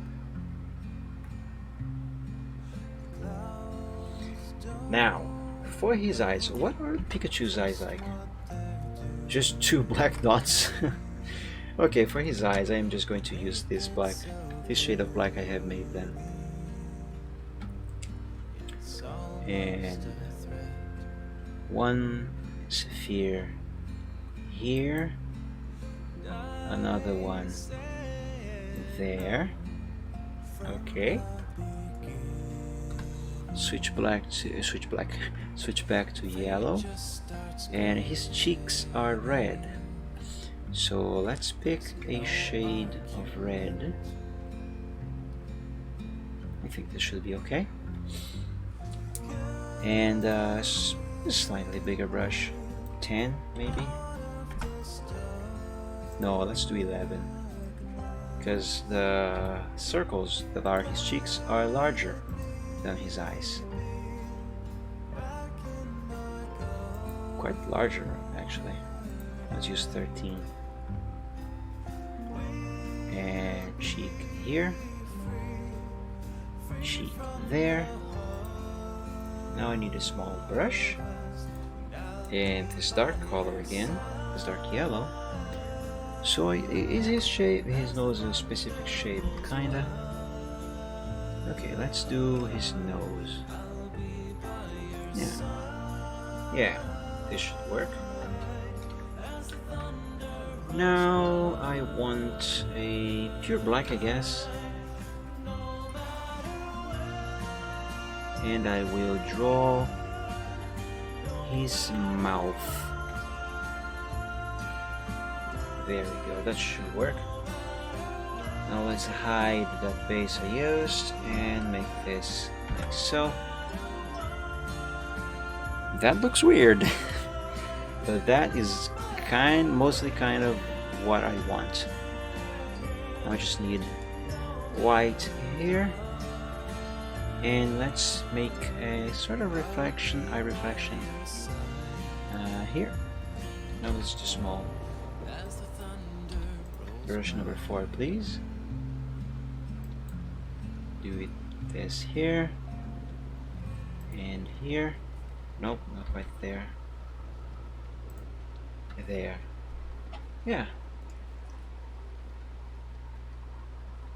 That's okay, I guess. Let me add a stroke. Doesn't look good, very good, does it?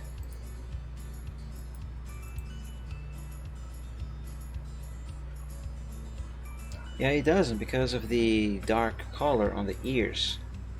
For some reason, there's still some yellow from the ears showing. Let me see if we can eliminate them without messing everything up. Nah, never mind that. Let's name this Pikachu face base, and I will copy and paste and hide the original, and I will work just with the copy I just made. Now let's hide this freaking Pikachu face from the phone, and let's put this new Pikachu face in the phone.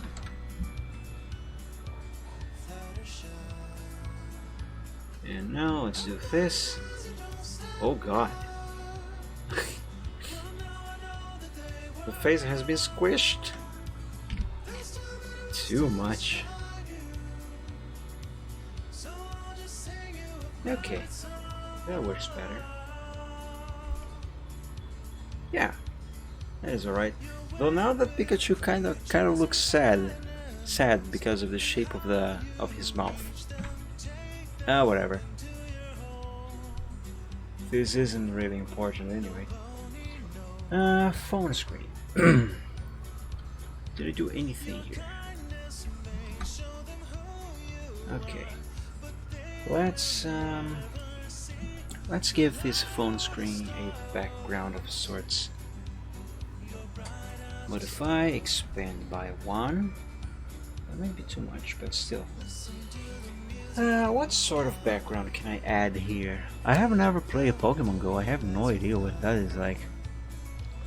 So I don't know what sort of background I could make here. Something that matches what's in Pokemon Go. Let me look at screenshots. Pokemon Go.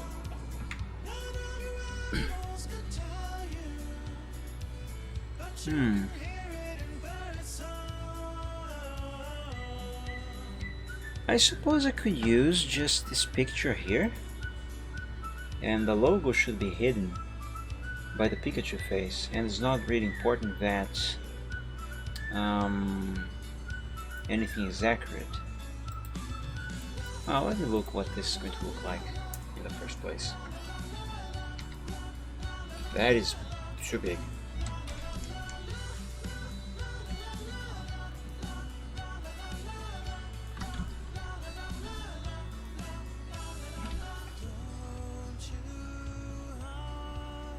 I don't even really bother. I don't really care, I mean, that the shape of this image is correct. I just need this, I guess.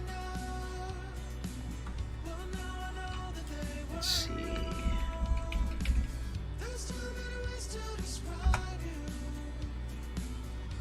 That's not too bad. What if I make this darker? So the Pikachu showing on top of it. would be more, I don't know.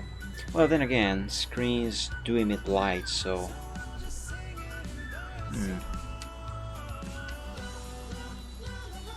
yeah, decisions. Pikachu face.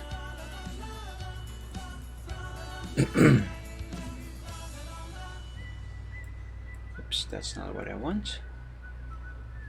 My stroke actually does not really look very bad now that it's being resized. Still, this is not quite what I want. Okay, I will keep the stroke, but I will add level N and boss. Soften a little. Okay. Now this should use a few effects. Let's see what happens if I do this. I don't even know the name of this function.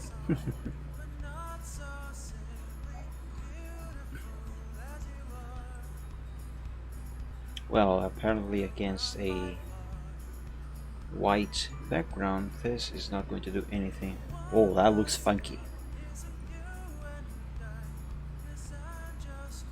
Exclusion, divide, hue, saturation. Yes, I need to add something to the back here. Some sort of base background. Let's see, select, modify, expand by 1. Okay. Now, what if I add, I don't know, yellow?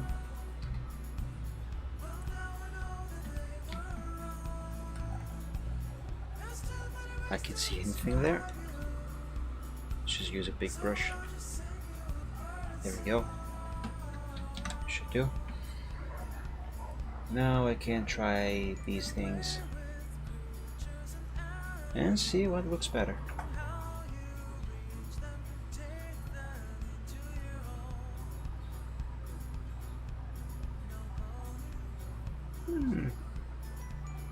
Not very good.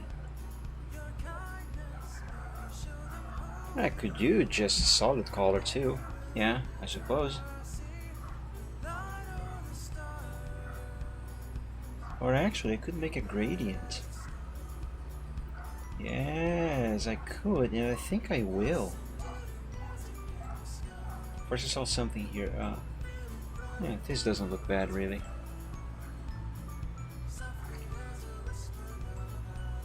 Okay, yes. I'm gonna do that. I am going to do a gradient. And that's going to be from yellow to red, because these are the colors of Pikachu: his fur and his ears.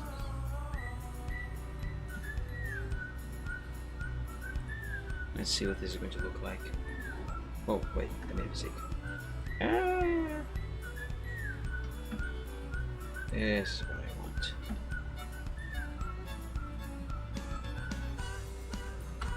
Okay, should I do red from red to yellow, or should I do from yellow to red? I think this might look better. Though maybe not red. Maybe blue? What is blue going to look like here? Even though blue is not a color that's present in Pikachu.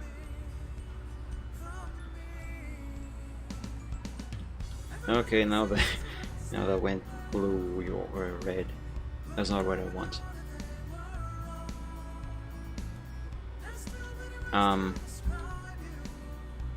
Wait, what is happening? Oh, that.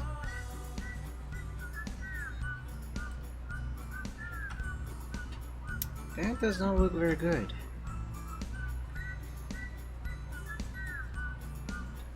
That does not look good. That looks even worse. Just keep it like this. This is fine. This phone is actually just a simple prop anyway. It does not have to be detailed. So I'm going to name this layer screen background. Sure, why not? And I can delete this. I'm not going to delete these layers just yet though. Keep them like this. I am, however, going to add some transparency to these speech bubbles, which is something that I usually do. 80%, yeah, that is okay. Alright, now to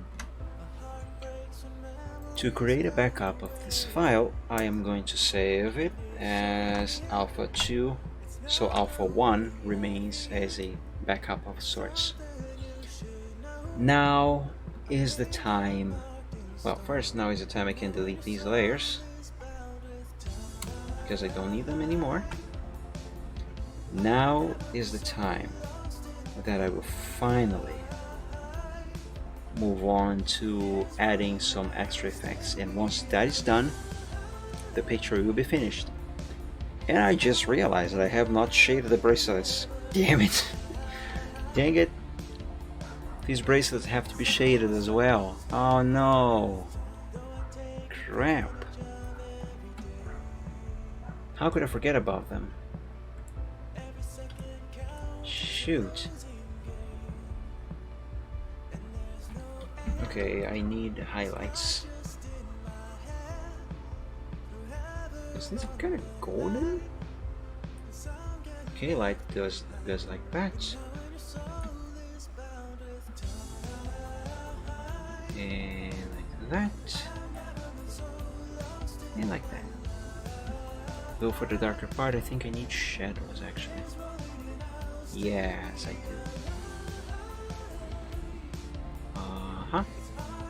That works. Now bigger brush, exposure 100%. Darken it all.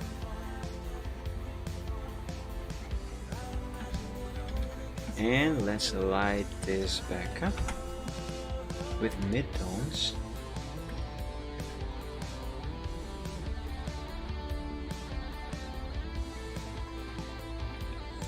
I don't believe I need to do much detailing on the shading and lighting for the bracelets, because these are very simple objects. There's not much to them.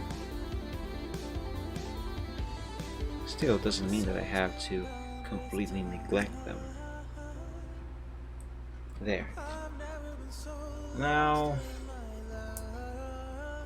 I wonder, maybe I should add some shadow on the legs, you know, because the bracelets are casting shadows. I will, but instead of using the burn tool on the actual legs, I am going to create a new layer and just use that trick of making shadows with a brush and then adding opacity.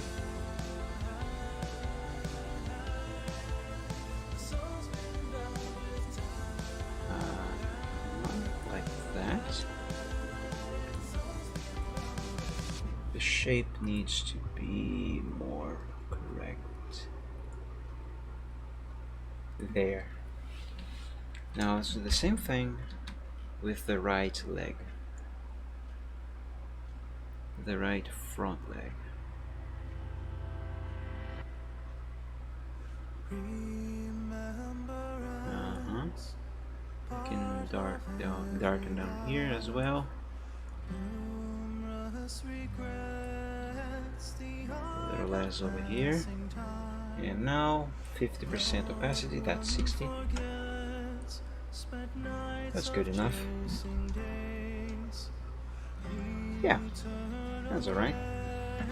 Let's see if it's going to look better if I add some blurring. I love the song.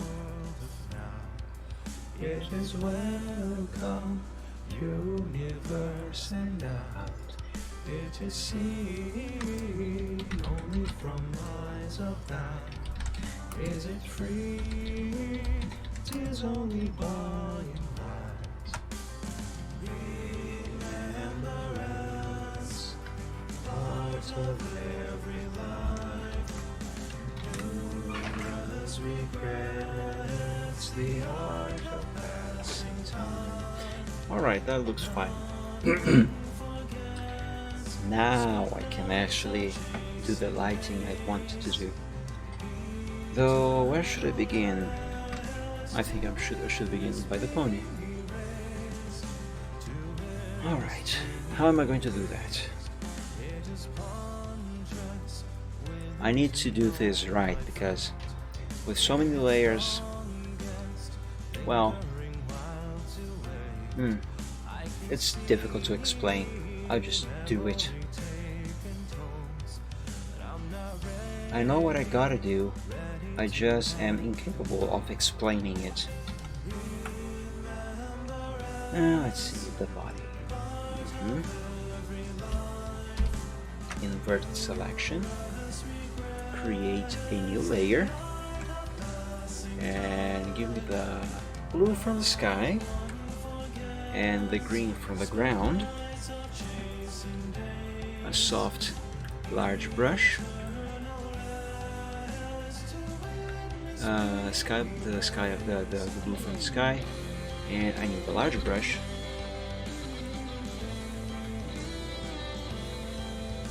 And gently add some of this coloring to the pony.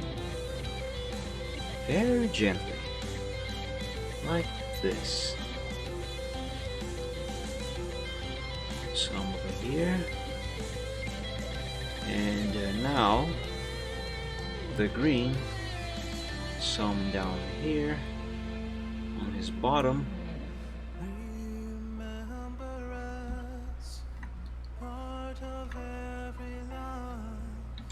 Alright, that is what I want. What I am essentially doing here is, you know, like in a cave that has an opening in the ceiling, and a beam of light shines through that gap and it hits the rocks below, and the cave is completely dark, but when that beam of light hits the rocks inside the cave, it reflects all over the cave. Then suddenly the entire cave is lit up, even if just faintly. But you know, some of the color of the rocks that the light is shining on reflects into the walls of the cave, and so they kind of gain the light that is illuminate them kind of have a tint of the color of the object the light is reflecting from. I'm not sure if I am explaining this correctly, but that's the idea here. So the light is shining on the grass, so the grass is reflecting some of that light, which now has a green hue to it, is reflecting that into the pony. So that's why the bottom here is green. Let's move on to the other layers. First, let me name this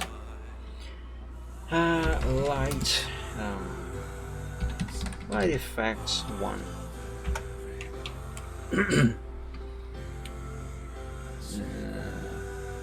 Let's do the legs. Right back leg, yeah, sure. Select, invert the selection. Go back to the new layer I have just created, and let's do blue for the sky. This brush is too big for this part.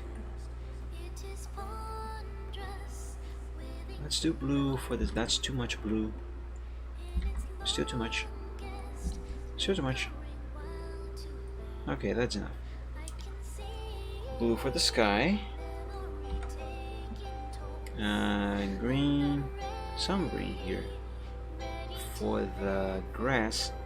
but also for the superior, because the superior is green. I need a smaller brush to get into this part here. And I know the superior is not the same shade of green, but green is green, and this is just a light reflection. It doesn't have to be detailed. This here's too much. Too much. There we go.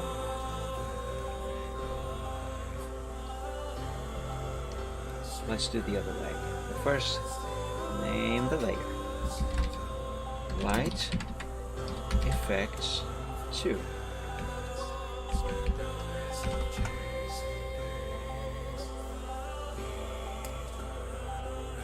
Let's find the left back leg now.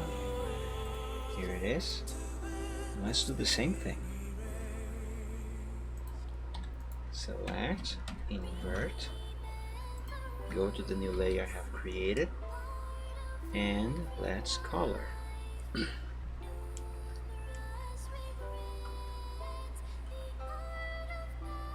Again, blue for the sky,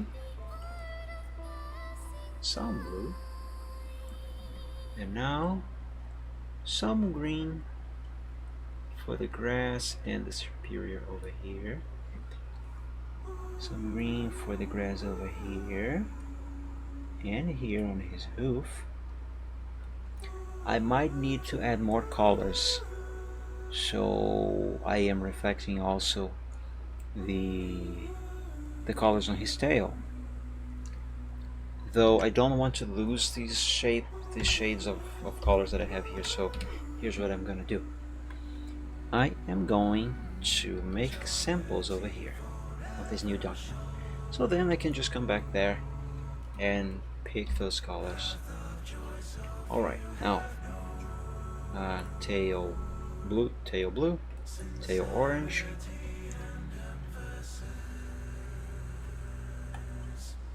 here's some tail blue, some tail orange, same thing down here. That was too much.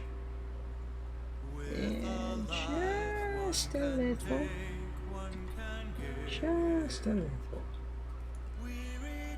There we go. Let's rename this layer. Light Effects 3.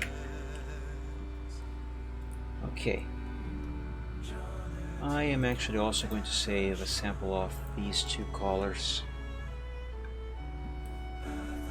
I don't necessarily need them, but because they are not exactly as specific as the ones I have selected for the sky and the grass.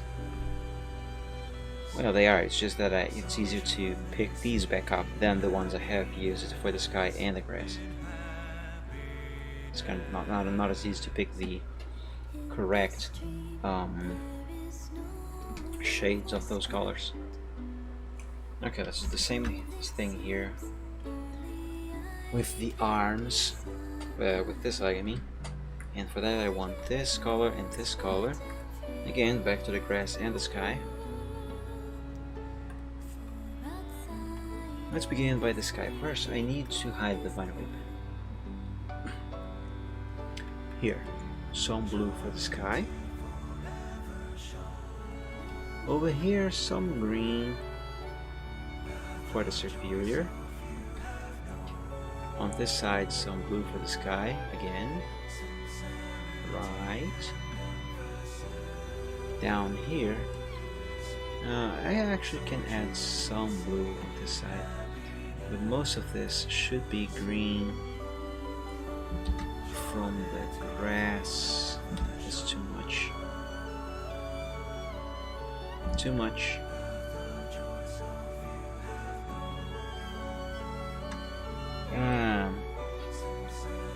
There's a problem here. The problem is that I need this reflection, this color reflection, to be just on the leg itself, not inside the sleeve, which is something that is happening.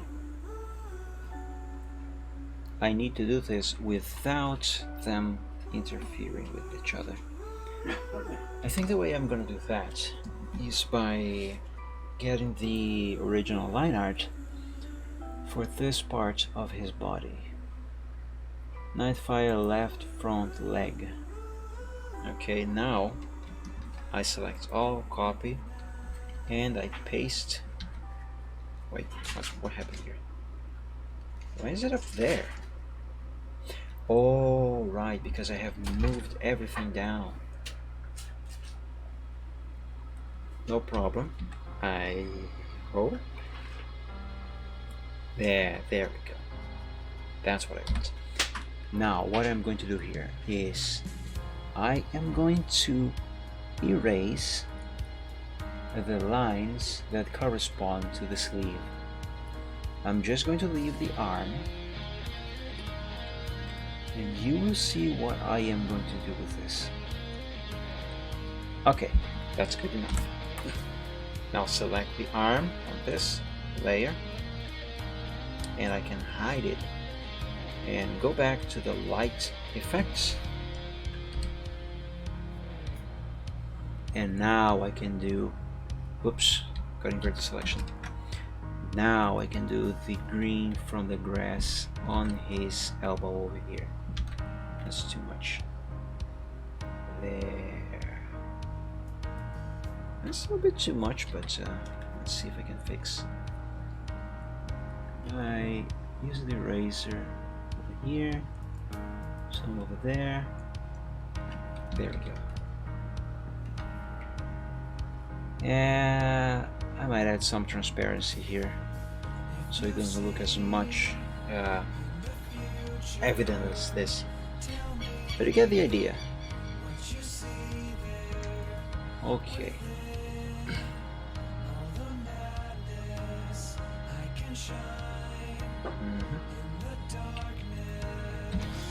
Now I can do some of the sleeve, though at a much lesser degree. Just so the edge of the outside of the sleeve actually has some of the light effect.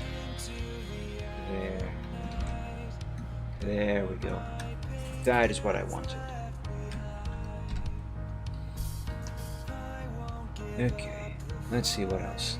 The wing. Let's name this light effects 4. I technically speaking can make these all in the same layer, so I don't have so many layers lying around. Light effects 5. But do them all in different layers like this. It helps to, you know,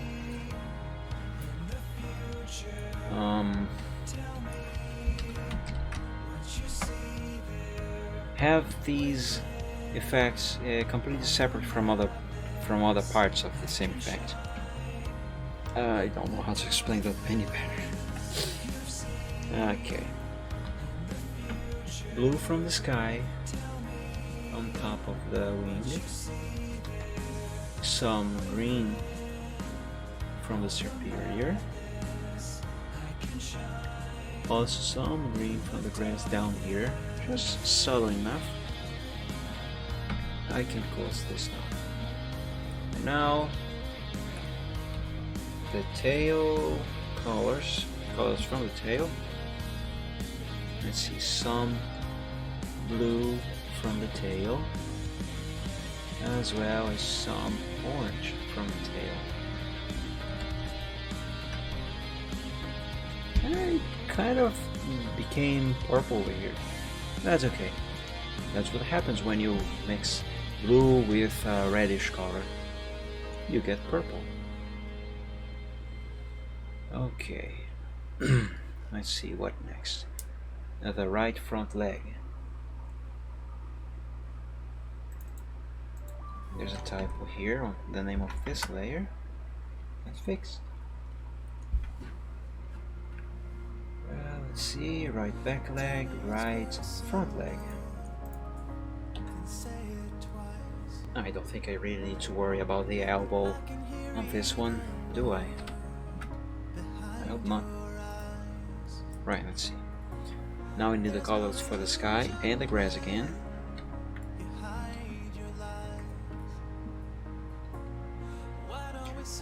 Okay, let's begin. Some blue for the sky.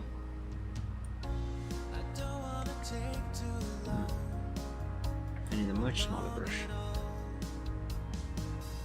That doesn't look good.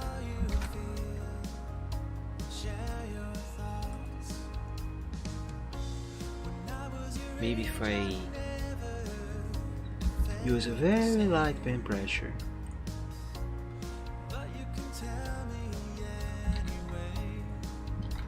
Very light. Okay. Some blue here. But now I need mostly green from the grass and the Serperior. Yeah, that is okay, I suppose. Light effect 6. Now I should add some to the jacket. Yeah. Let's name this light effects 7. That's a lot of them. Select the bottom of the jacket, and here it's going to be mostly green. There. Outside, just slight. Okay, that's not good. Just outside. Yeah, just outside.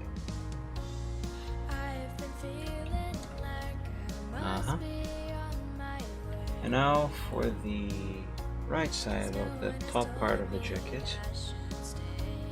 Jacket right, yep, this is the one I want. Light effects 8. The Serperior should not have as many layers for this effect like the pony's having. And I'll see later if I can reduce the amount of them on the pony by merging some things. Here's some blue for from the sky. And now green from the grass and the Serperior. This part down here needs some erasing so it blends a little better. Alright. The jacket under his left front leg. Jacket left is this layer. Light effects. What is this, 9? Yes, it is 9 now. Jeez. Okay, this one should not need much. I need a bigger brush. Just some green from the grass and the edge over here. That might be too much.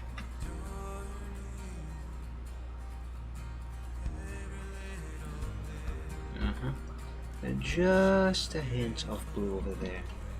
Can barely see it, but it's there.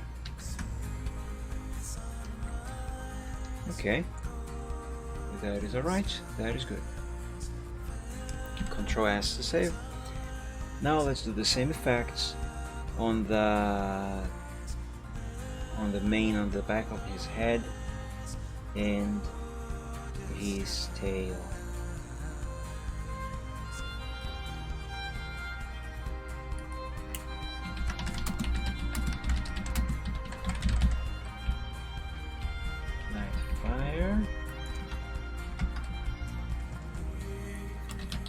Main tail light effects.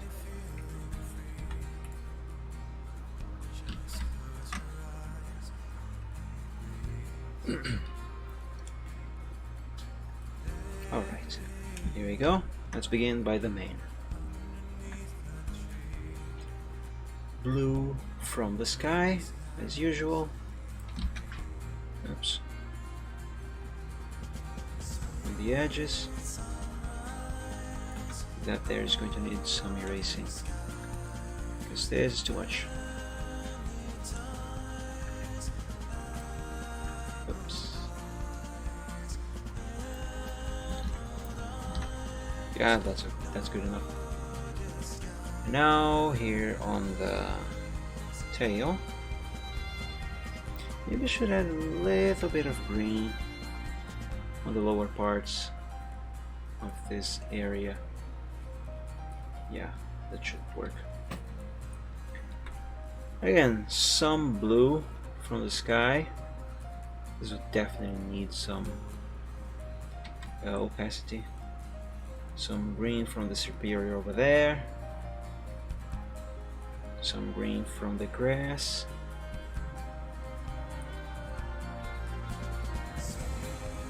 Some blue over here. Okay. Yeah, this one definitely needs opacity. And to erase the bit that is over this gap here.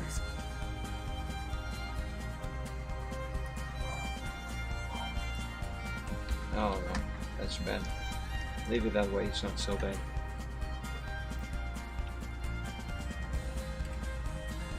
That's 50%.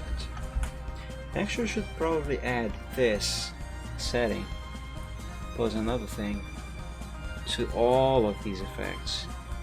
Outer glow. Do I want this outer glow to be green or blue? I think I'm gonna do blue. The sky blue.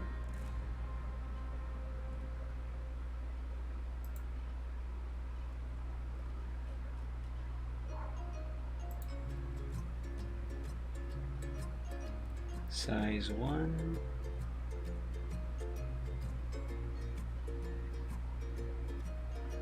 Yeah. Size 20. I see. How much of a difference does it make? With and without that.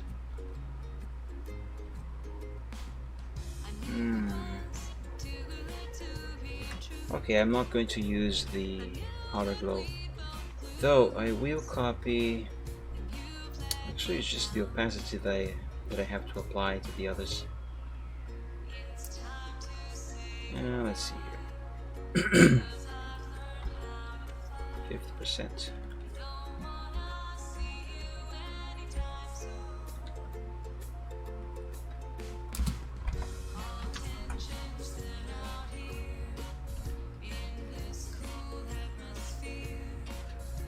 If I don't like how this opacity is going to look like on these other light effect layers, I'm just going to undo them and keep them at 100%. Let's see, light effect 7, 50%.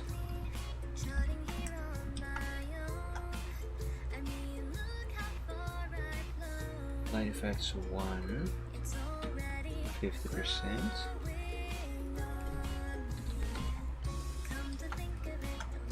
Light effects 9, also go to 50%.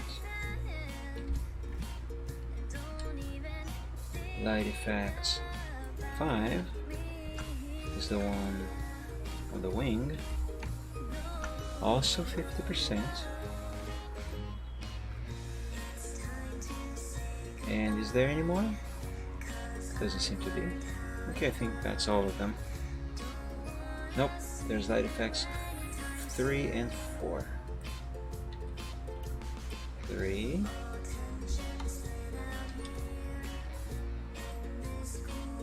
And 4. Also at 50%. Now I think that's all of them.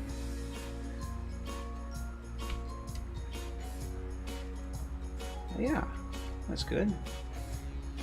I don't think I need to apply any of this to the smartphone or the goggles. Let's put the vinyl whip back there. I do need, however, to do some of it on the vinyl whip. Since the vinyl whip is already here, in this group, vine whip light effects 50%. Invert the selection. Oops. And let's see. Blue from the sky. Very gently. This also helps to highlight the lighting that is part of the shading.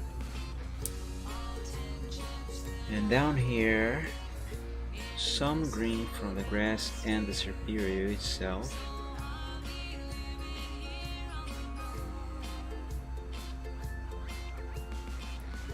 That was too much.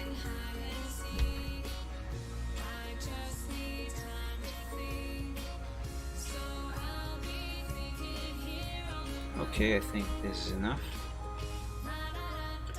Now, one color that I have to do in regards to this shading, this sort of effect I mean, is the coloring from the pony, because his color should also bounce off with the light. So let's add some here for from the jacket. A little bit of that over here as well, but also this color. Although, since his colors are so dark, it doesn't really make much of a difference. So, what am I doing? I'll do that. Just leave the jacket part, and that is good enough.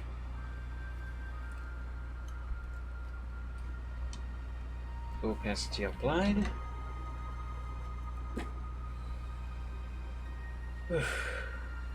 I am getting tired, but I am also almost done. I just need to apply this effect now to the Serpyria.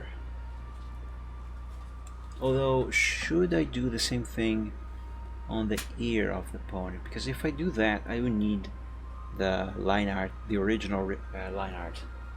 I'm not gonna do that. So much work for something that is not actually necessary.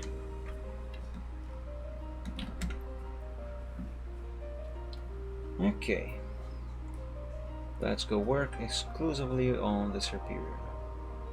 My hair is falling over my eyes again.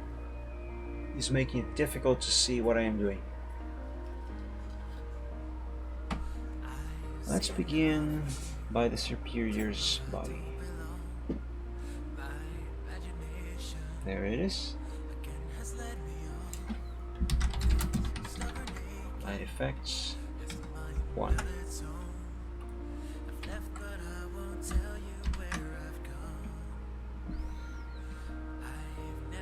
Let's pick the grass, the grass green, and the sky blue. Now this will require a larger brush. Here, on his body,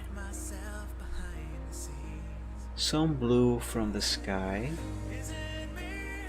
Not so much here on the part where it's shaded, where it has shadow in it. This is fine. Now up here,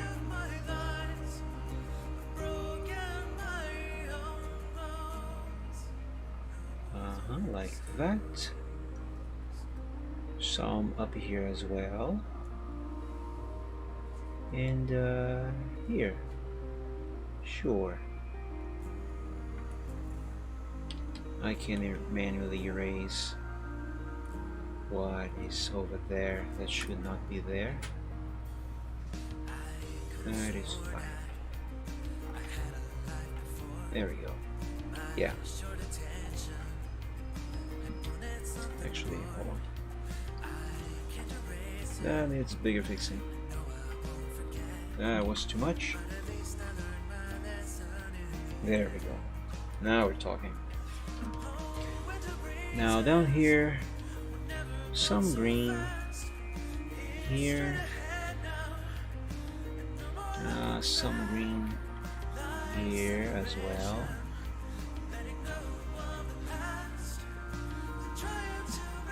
I don't actually need to add green on the bottom here because it has shading, though if I do, and I will actually, it will give the shading, the shadow, some actual color, so it will give more impression that it's actually the Serperior's body that has a shadow down there. What I just said probably makes no sense when put in words, but believe me, it makes sense in my head.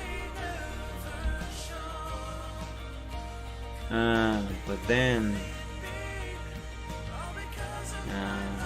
then some of that line thing shows up. I don't like that.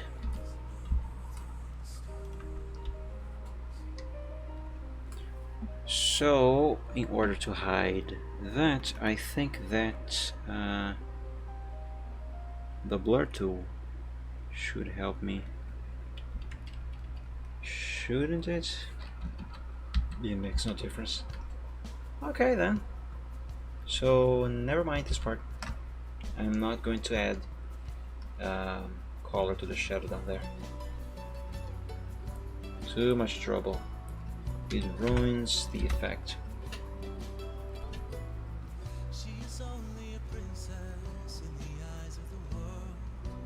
Now let's see. Let's apply this effect to the head. Where is the head? Down here. Light effects 2. Thing here. The indication that this has 50% opacity in the title. Just in case I have to disable the opacity later and I forget to re-enable it. That would suck. And I have done it before. I think that's the worst part.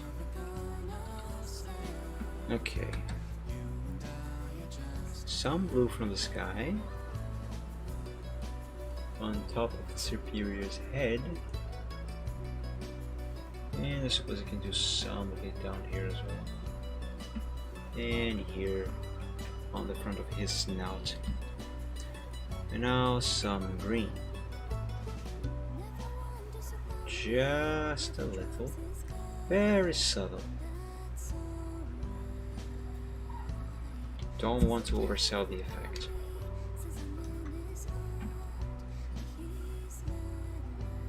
Yeah, that's nice. Now, to do the same thing on his tail. About that pseudo texture thing, I'm not going to apply that to the pony. I don't think that's going to look good on him. Where's the Serperior's tail? Here. Light effects 350. Oops. 50%. Why can't I type without making typos? Okay, invert this selection. And let's begin. Nothing here. Up here, some blue from the sky.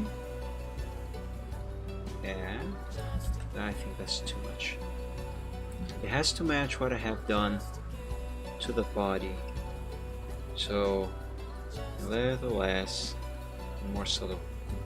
Now on this side, some green from the grass. Just not too much because I do not want to ruin the shading and shadow effect on the bottom of the tail.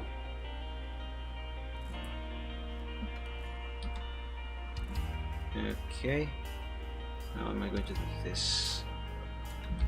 There's some blue from the sky on this part of the tail.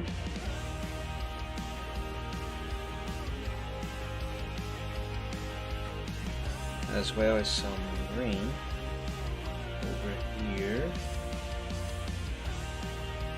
and here. Oh my god, hair, please.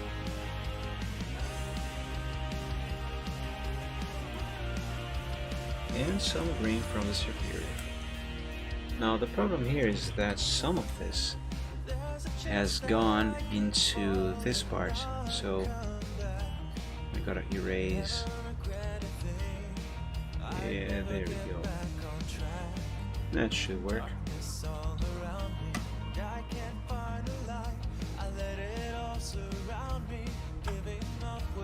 I swear to God, if my hair keeps falling and scrubbing against my eyes, I am going to put on a tiara. I will do it.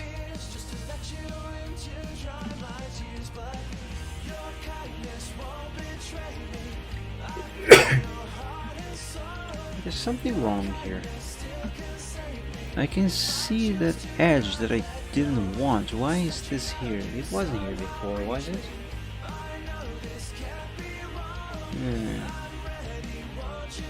That's okay, I guess. It's not too bad.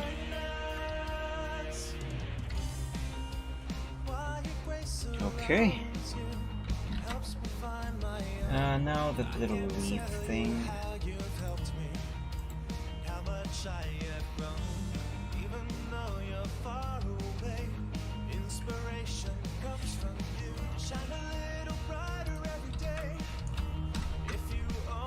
I don't think I necessarily need to do this part. Light effects. What is this for? But I'm gonna do it anyway. And if anything, if it doesn't look good, you can always just delete the layer. Okay, so some green from the grass and some blue from the sky.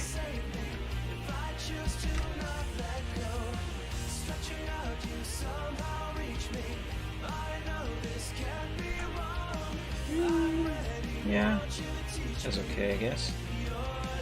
Let's do the superior's left side, right side. And I think that is going to be the last. Light effects, 50%. Select, and convert the selection. Blue from the sky. Blue from the sky. Blue from the sky over there. Now with a smaller brush, I do the same thing over here. Blue from the sky. Yes, that is good. Now, green down here. Down there, even though it doesn't actually show. Let's add the 50% opacity. Save. And there it is. I maybe do want to add some of these effects to the smartphone over here on the pony's hooves. Let's see.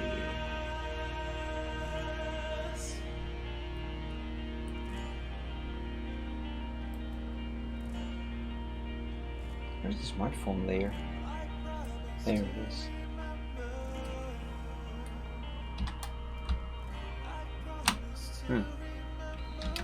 The tap have been also selected, so here's what I'm going to use a little trick. Select that, then move the phone back and forth, and Photoshop will automatically select just the phone. Okay. Here, some green from the grass down there and down here, and some blue from the sky up here. All very, very subtle. That's 10, 50%, and 50% opacity over there. There we go.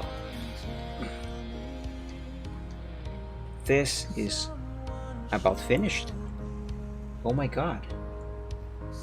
I can barely believe it. Just invert the position of these clouds. Flip horizontal. Sure.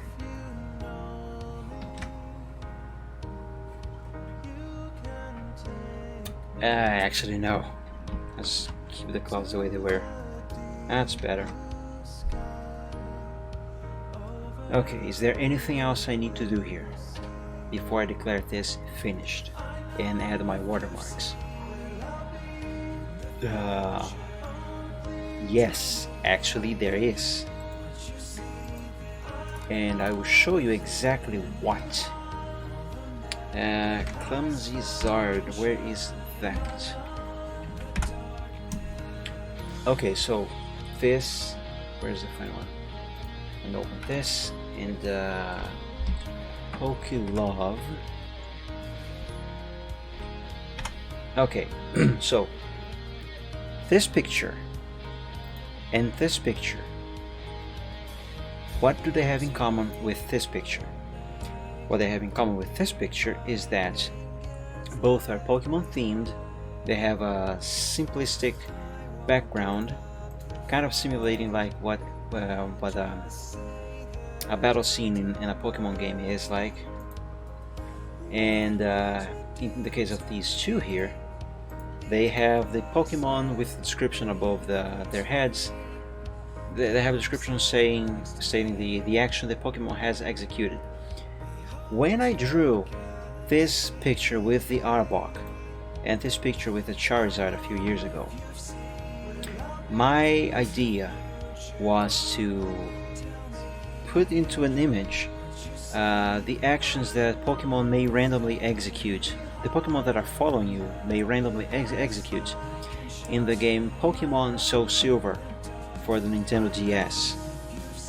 So like in that game you can have, for example, if you have a Charizard in your team, you can have the Charizard follow you around as you walk around the world.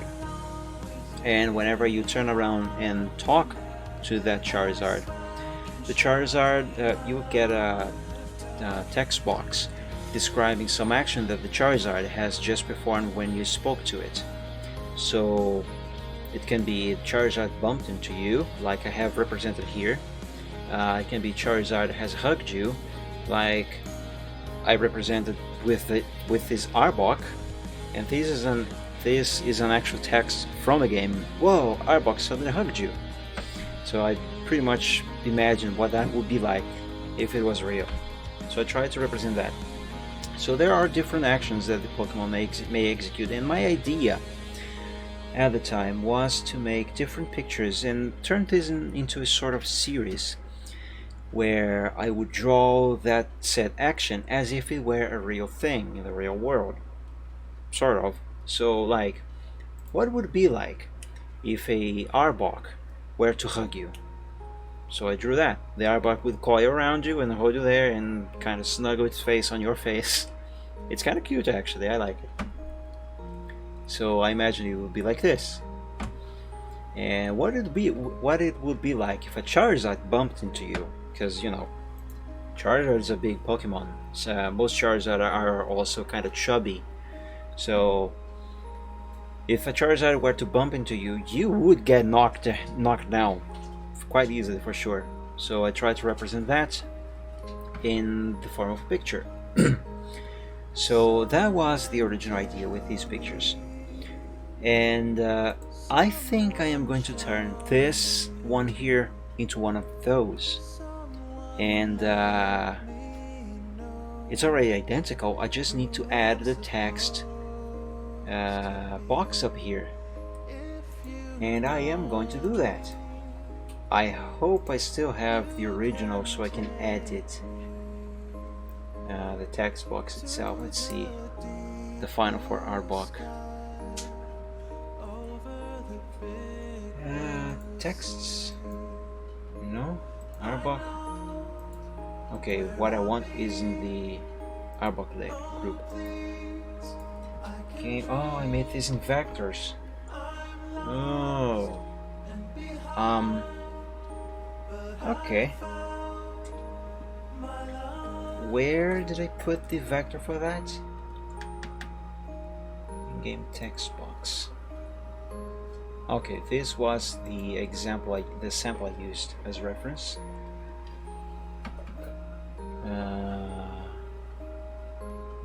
Let's see, line arts, alpha 3. I think I can use this. CorelDRAW, I choose you.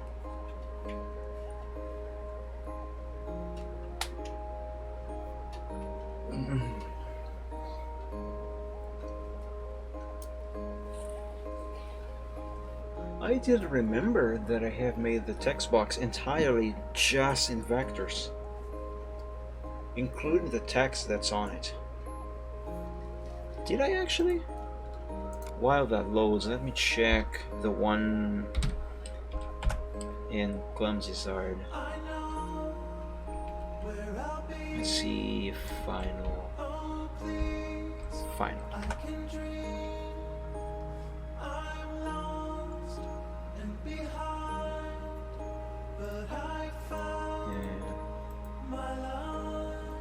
Marks, text, Charizard, background, trainer, Charizard, text, marks,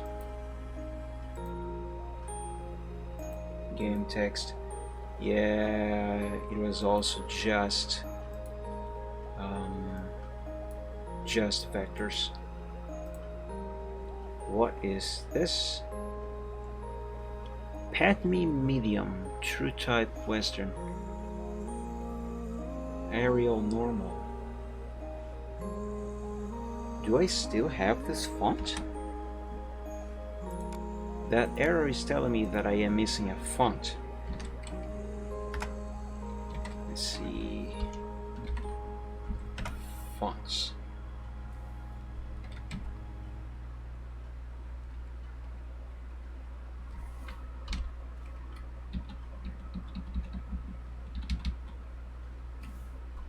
Am I even looking in the right folder? Why do I have two folders for fonts? That's stupid.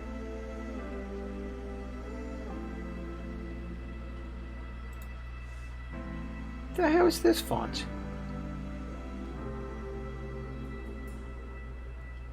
Whatever. Patme.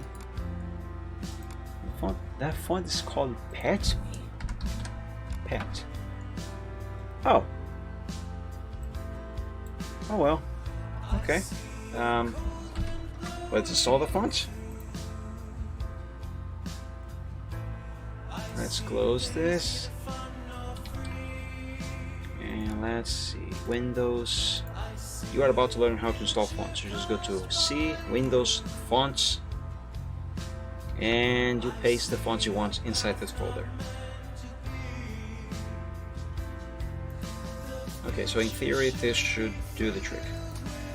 Let's go back to Pokélove.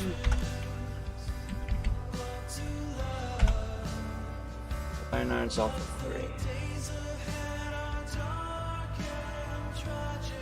3.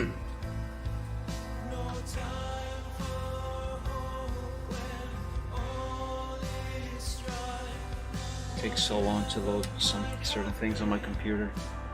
This computer is literally 10 years old.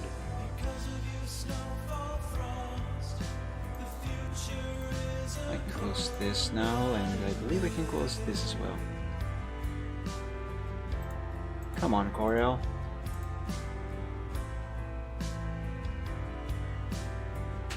So far, it still hasn't complained about missing fonts, so... Hey, there we go, and the font is right. Okay. For a second I forgot how to zoom on Corel. Right, let's see here. How do I edit this text again?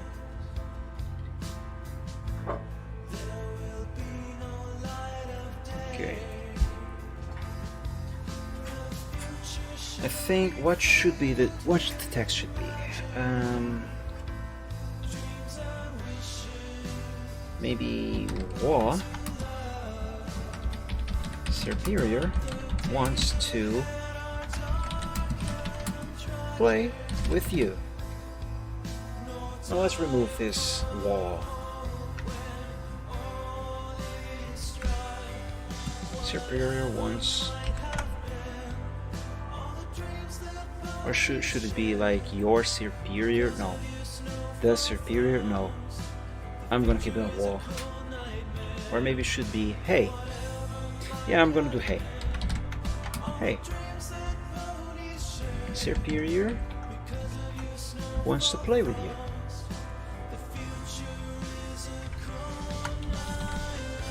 Okay, now I need to copy this text, and I need to add, and I mean not add, edit the text that is below, because the text below is supposedly like the shadow of this text. Something broke. Something's alright.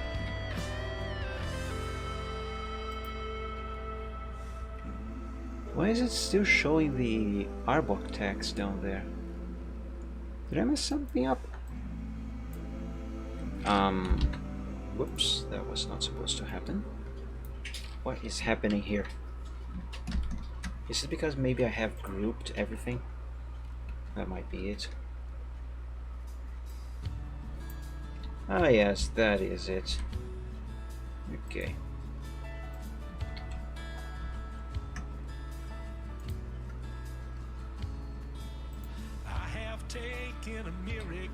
But the color is wrong now. Yeah, I'll just type.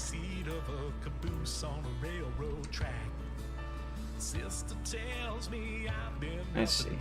Oops. What the hell is happening here? Hey. Superior wants to play with you. There we go. That is exactly what I wanted. Now I group all of this together, and I can delete all of this.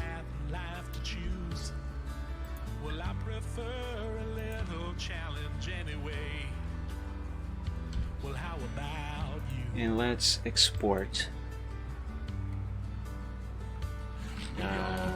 game text. Sure. Game text box.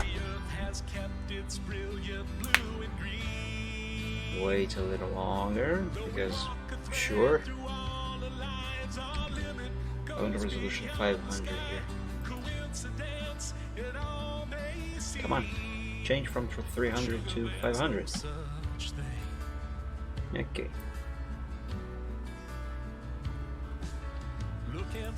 Okay, now I can go back to the commissions folder.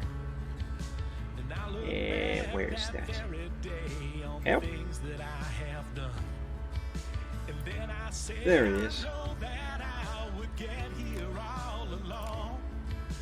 And the game text is here.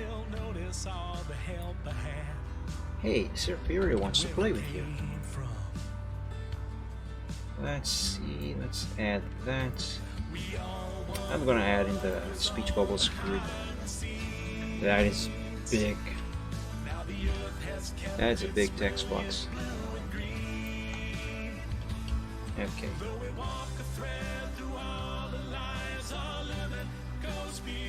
little smaller, maybe. Ctrl-C, Ctrl-V, and paste again, just because I want this to be on the very center.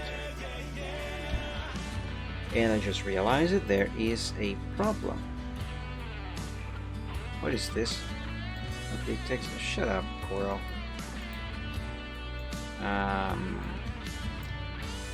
Apparently, there is a white something behind this.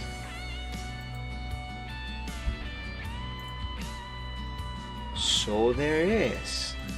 There is a white background behind all of this. Why is that there? Oh, that's why. The sample was back there for some reason. Okay, let's export again. But first I gotta close this. And let's do this again. Let's replace, yes. Okay. We all wonder what goes on behind the scenes. Now we should do it without that white background on the edges, on the corners rather.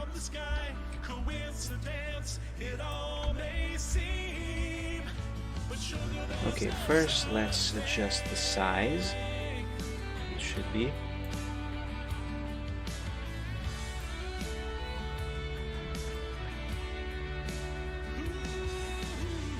I suppose this size here is good enough, right? Okay, Ctrl-C, Ctrl-V, delete, Ctrl-V, and let's refine and move it up.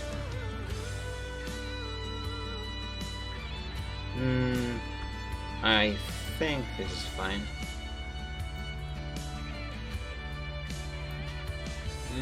No, I'm not going to save the changes to that. Just for reference, let me see where exactly I put that text box on the other two pictures. I'm looking on my DA for that instead of the folder where they are, just because I am too lazy to go through browsing folders again. Why is it taking so long to load? Hello? DeviantArt, come on. Okay, at this rate it's going to be faster if I just go to... Okay, it loaded. I was gonna say it would be faster if I just browse through the folders. There, Clumsy Zard and Bucket Log.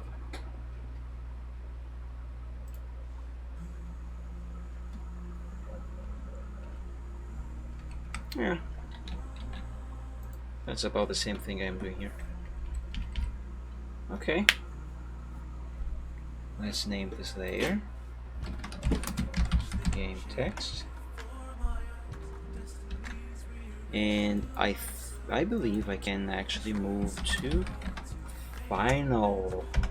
Oh my god, finally.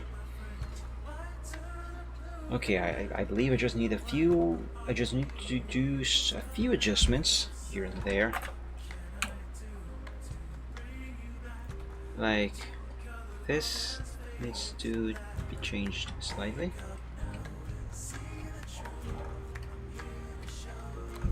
Let's see the difference. Oh yeah, this is better.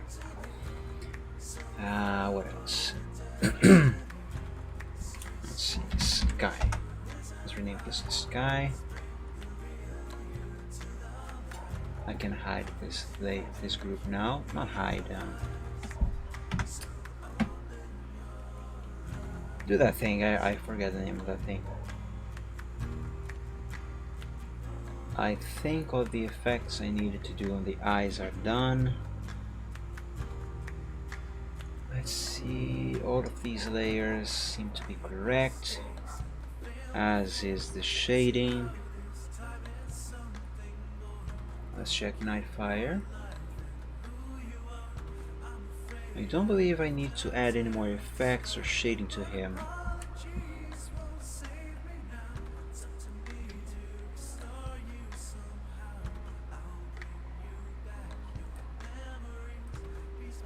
Yeah, I think that's fine. It looks good. Let's see, are there any layers I don't need anymore? Yes, there are. This layer can go away. His eyes are the way I want them to be. They're fine. Are there any useless layers there? Anything that I need to delete? Nope. There doesn't seem to be. If you hear voices, my brother is in the bedroom to talk to my dad. Let's see. I don't think there are any more layers that I need to throw away. Everything seems to be in order. Same thing with the speech bubbles. Okay. So now I can add my watermarks, and this will be completely finished. Finally. WTM for a watermark. And let's get my watermarks. I think I need to update my watermarks too. They're kind of old.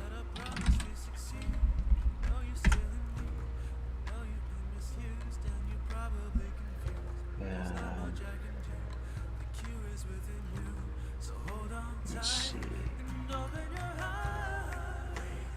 Yes, this is the one I want. I can close these.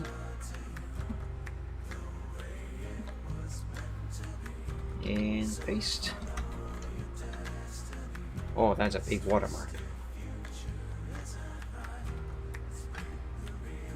Move it to the corner as usual.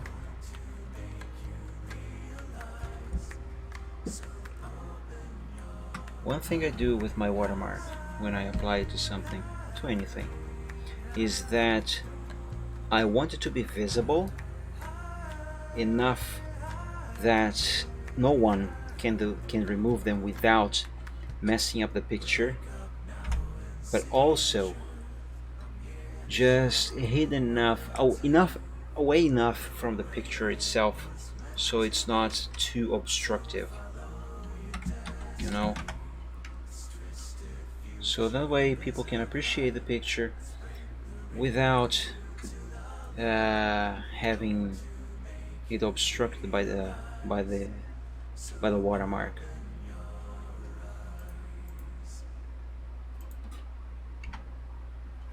There.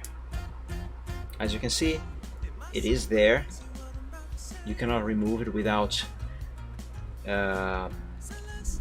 breaking, quote unquote, the picture, but it's there. You can see it. So everyone knows this is mine. I drew this. Okay, let's see. Now to save this picture as a PNG file, because it is finished finally, and once I have the PNG file, I can finally upload it. Though I do have a naming convention for my commissions, for the commissions I draw, though I can't remember what it is. I have to look into another one.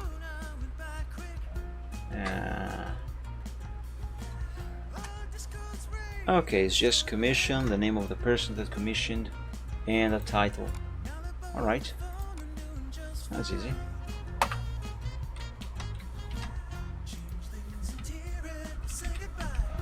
I don't even know if this person is still on DeviantArt, if I'm honest.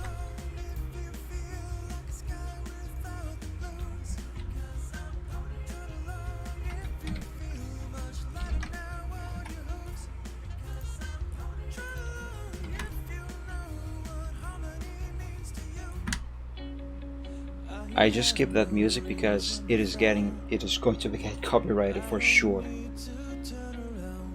Okay, let's see. What title should I give this picture?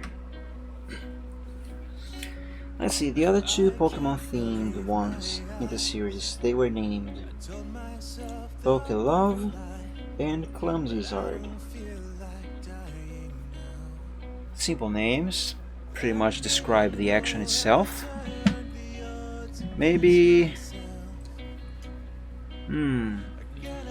Playful Superior doesn't sound very creative. Maybe Playful Snack, as in S-N-E-K. Playful Snack. I should just go with Playful Snake. Or Serpent. Playful Serpent? No, that sounds weird. Nah, Playful Snack it is. Playful Snack. Snack? I don't know. Whatever. Save. This version I am saving without the watermark is something that I always do this. I always save a watermarkless version for my own viewing. On DeviantArt, on the internet, the only versions that I upload are always with a watermark. I have had my art stolen twice before, and it was really difficult to deal with that situation. I do not want that happening again, and if it does happen, which it might, it's very likely that it might happen again. If it does happen, I want that whenever the thing is uploaded to, anyone who sees it will know who actually made that. So now I have re-enabled the watermark, and I am saving to the folder where I am going to upload it from. The folder, the root of the folder to DeviantArt is where I keep all the finished pictures with the watermark. The versions that are in there are always the version that will go to DeviantArt. And it is saved.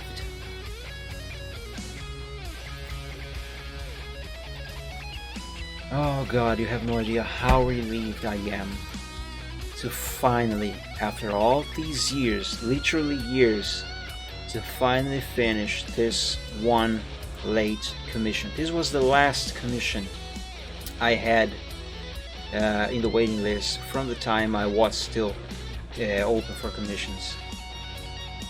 Such a relief.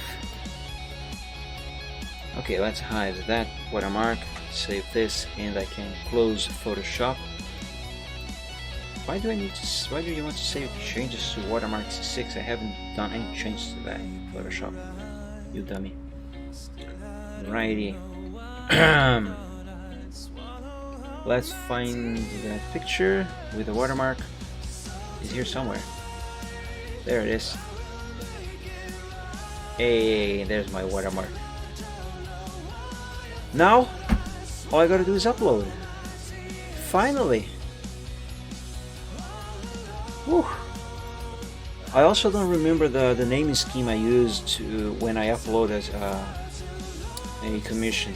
So I have to find one that I have uploaded recently. Here's one. Submit deviation. I don't like how they made for submission of the. I hate Eclipse. It sucks. Okay, I write commish and the name of the title I gave the thing. Or is that actually the name of the person who commissioned me? Ah, shoot. Go back. This one doesn't serve me very well as a reference. I think it is. Commish, the name of the person, the commission who commissioned it, and then the title. I think it's still the same. Let's see another one. Literate, that's for the same person.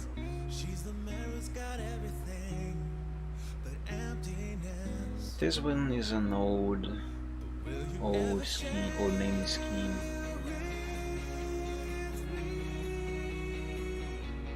Here, this one's recent. Okay. Commish dash the name of the person, and yeah, okay. To DeviantArt. Let's find the commission I have just finished, the picture I have just finished, and upload it. Yay! Now what I am going to do here is I am going to borrow the text, and then I can just paste it on the on the new upload. Okay, close this now.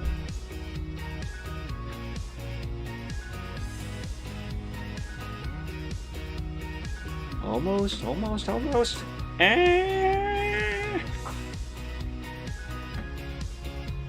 There we go.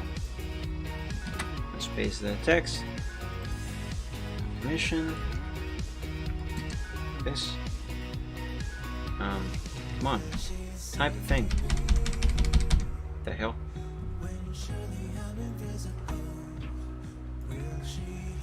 Oh, that's why. The tide to run out of characters. Great. There's that now. Playful stack. I don't know what the resolution for this is. Where are the other options that were here? Show advanced options. Oh my god. Why did they hide these things here? Okay, before DeviantArt changed the site to Eclipse, which is the current layout and interface they have, what they now call advanced options, they were already visible and accessible for the user. All I would have to do was scroll down and do whatever changes on them I wanted. I didn't have to click a button to make them show. Why is this a thing now? This is yet another thing that I hate about new DeviantArt. And it ties in with what I was ranting about earlier. Why make things that are simple? Why make them complicated? It was so much simpler. Okay, sure, it's just one click away, but before this, I didn't need to give any extra clicks. Why must I click now to have the exact same thing I already had? Ugh. It's like the world is becoming EA. It's like the world is becoming Electronic Arts. Jeez, everything. For you to get anything in the game, you have to go an extra mile. Gee, my god. Anyway, Nightfire is the name of that pony.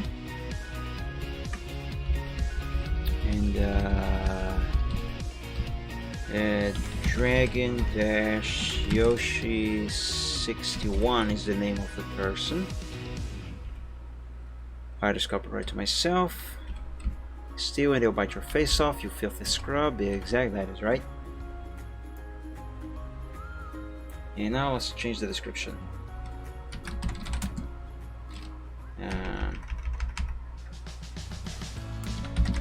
After a unnecessarily long wait, but that I had no choice but to cause, quote unquote, due to several different reasons, which is true, I am really happy to finally finish this pick, which was the very last one in my old list of commissions from 4 years ago. This is what? This is all that I had left to do on that list. And the only thing that has been keeping me from opening for commissions again. I may have taken a long time to get this finally done. That's too many L's in finally done, but I am a responsible artist. if I promise I will do something, I will do that something. I will do that something. In italic. I will do that something. And take in new commission orders before this one was finished would just be utterly irresponsible.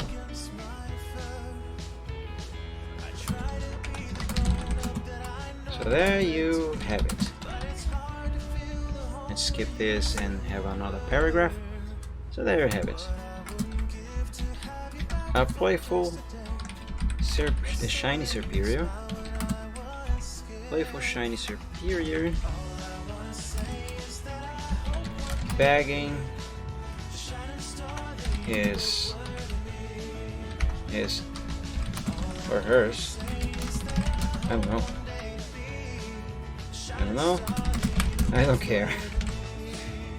Begging his trainer to play with him, though the trainer is more interested in playing with Pokemon on his phone instead of the real deal. Yeah, that should do it. Oh, now I can see the resolution. Okay, the resolution is 2798 by 1775. You know, some tags. Mike Dragon, MD. What happened here? What the hell?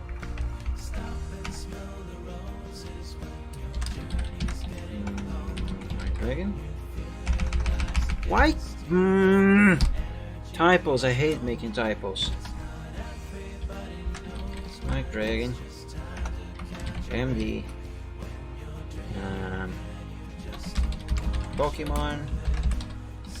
Pokemon without the accent. Pokemon Superior. Snake, sure. Serpent, sure. Snack, sure. My Little Pony. My Little Pony. My Little Pony. All together without spaces. Let's. Oh my god. This one.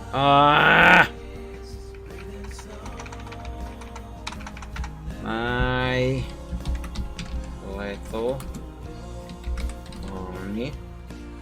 I just got angry because, for some reason, when I am typing something, somehow I make the second letter also uppercase, even though I have already let go of shift or pressed caps lock. That really annoys me. My little... There, I have done it again with the word my. My Little Pony. Now that's just Pony My Pony. Oh my god. My Little Pony. MLT. And go. Not go there. Go here. As in Pokemon Go, you know. Pokemon Go. What else? What other tags can I add here? Hey, Doxy, hello. You just arrived by the end of the stream, unless you were here earlier and I didn't know. So, just when it happens we can code. Yeah, it's awful, isn't it? It's terrible. God. If I get annoyed like this when I do this, when just typing something seemingly random, I can only imagine what it must be like when you are coding something. And there are a lot of code that relies on which is case sensitive. So if you type a letter in uppercase or lowercase in the wrong place, that can mess up the whole thing. I don't actually know if it is actually that like that, but I can imagine. You hate it, yes, exactly. Let's see, what other tags can I add? I think that's good enough. Choose a model that inspired, or what the hell is this? Okay, this is completely useless. Location doesn't... Bleh. Okay, I am going to add this to my commissions folder. And ponies, because it also has a pony. And that is it. Do I want to add to some group? I don't have any groups that I want to add to. It used to be possible that I could just type in the name of the groups that I want to add this thing for my upload to. They removed that. So stupid. That is idiotic. Allow comments, sharing, yeah. I have read the terms, yeah. Okay, everything seems to be correct. And submit now.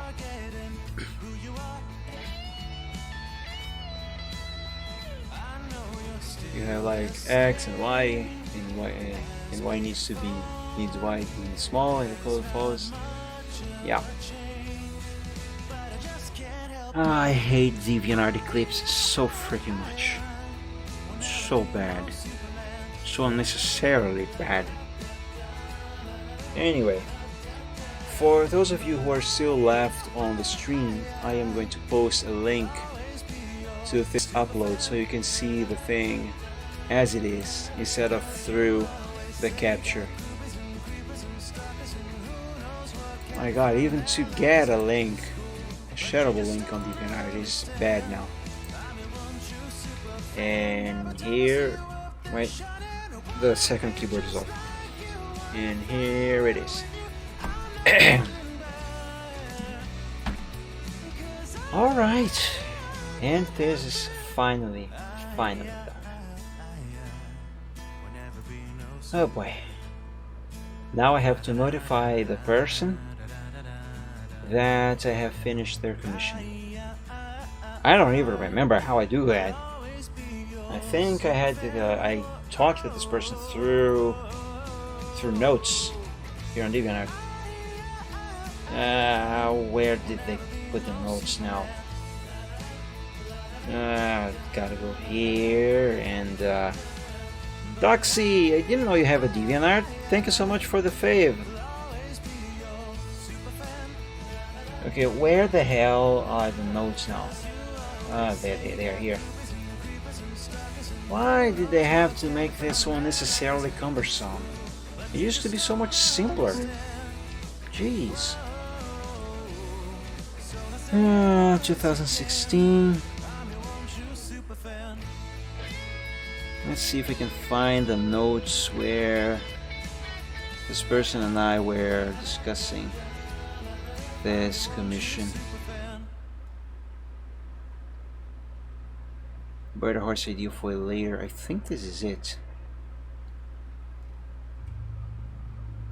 I think this is it.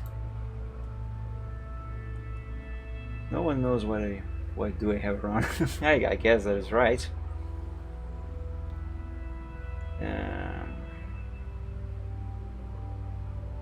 What is this? What is this stuff?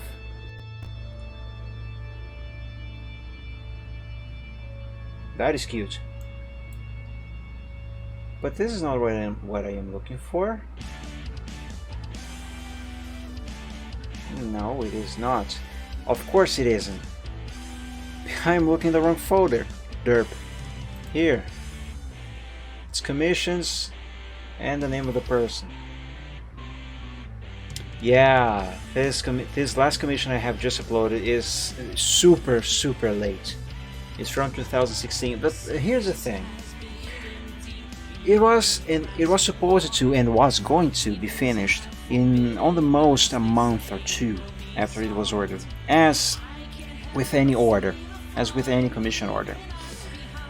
But around that time, things in my life started to get a little more rough, and well, I'm not going to go into details, but the bottom line is the result of how my life has been since then has been a big what's the word, when you lose your motivation, it has been very demotivational. So I have come to a point where it was not just commissions, it was any art, any of my art. I could not, and I still can't, I still have issues with that. I could not find in me the will, the motivation, the mood to work on art. And that is why I have become active since then, and why pretty much everything has gone late. Here, let me show you. Let me show you some of the things that I have in progress and I have not finished since years ago.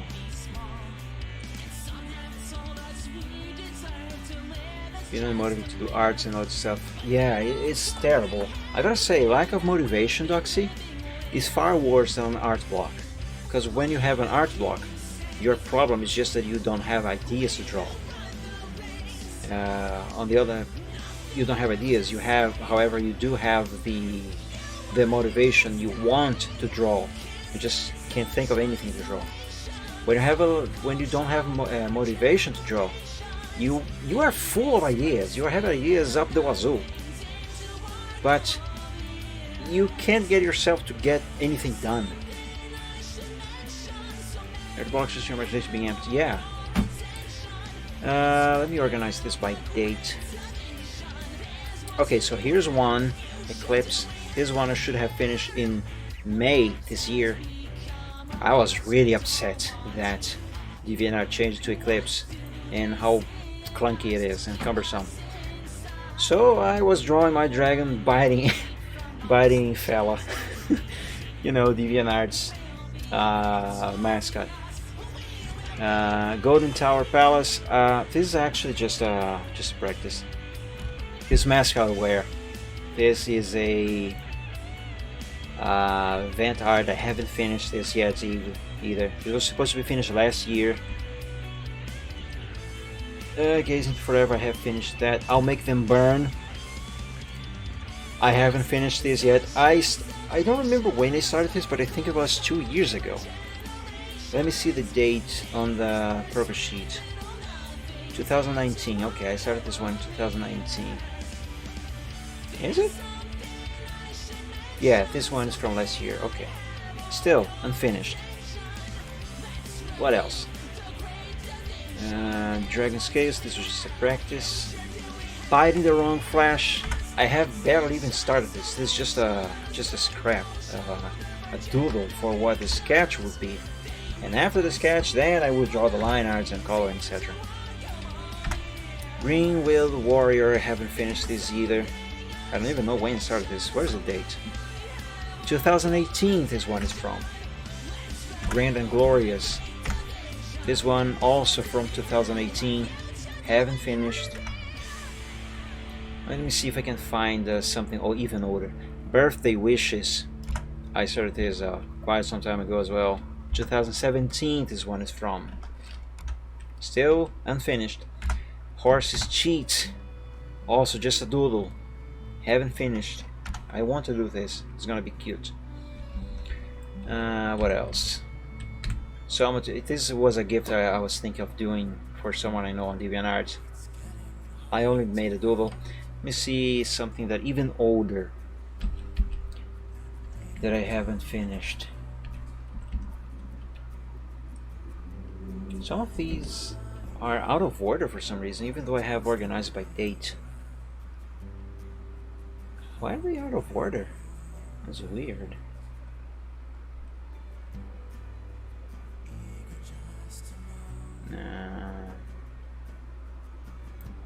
I can't decide. Is this one of them? Yes, it is. This one is from 2011. 2011. That's how old this one is, and it is unfinished. Let's see, there was another one that this one that got cancelled. There was one that I really wanted to finish, but I haven't either. Mars over there. Maybe it was Birthday Wishes. No, it wasn't. You're the Alpha? I haven't even drawn a doodle for this one, and this one's from 2015. Jesus Christ.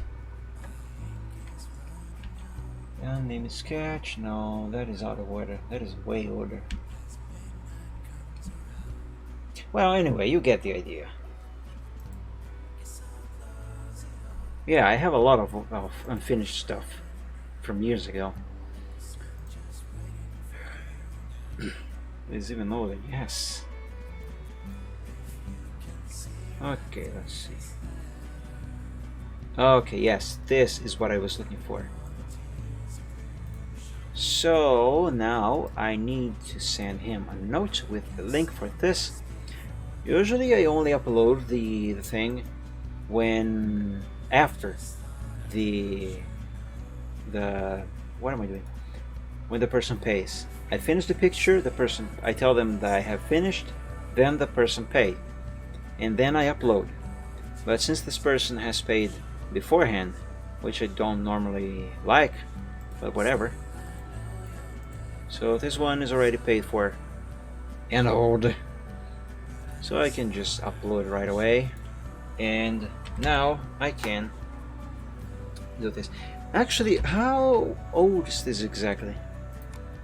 It's this one exactly. Let's see. Mike to DeviantArt, whip. We'll see Photoshop. Where's the commissions folder again? Commissions. Yeah, now Windows Explorer frozen. There we go. Oh, I gotta change this here to done, because it is done. Let's see the exact date. 28th of May 2019 is when I drew the Superior, apparently. No, is when I resumed works on this. I started on the 13th of November 2016, so 16, 17, 18, 19, it's gonna be 4 years by the end of this year. It's almost 4 years old, this picture. After, hold on, hey there. No idea if you are still around BA, but after almost exactly 4 years, I have finally finished this thing. I cannot apologize enough for taking so long. Here we go. And send. And I can now finally risk this one off the list. Now what I'm going to do, what I gotta do, is review my new commission sheet. Just double check. I'm not going to do this today, I'm just showing you the thing. Double check if I want to make any changes to either the things I will or will not draw, the prices I am going to charge for what kind of art I'm going to do. Actually, I think these prices are fine for how I do art nowadays. Man, if I can sell at least 3 commissions of this option here, full scene, I would be in good waters. Not necessarily in good waters, but in dollar this isn't much money, but due to exchange rates, when this is converted to the currency of my country, That is actually a lot of money. It's absurd how much money that is. So let's be honest. $80 for something like, I don't know, this here maybe, or this here. My god, it took forever to finish this one.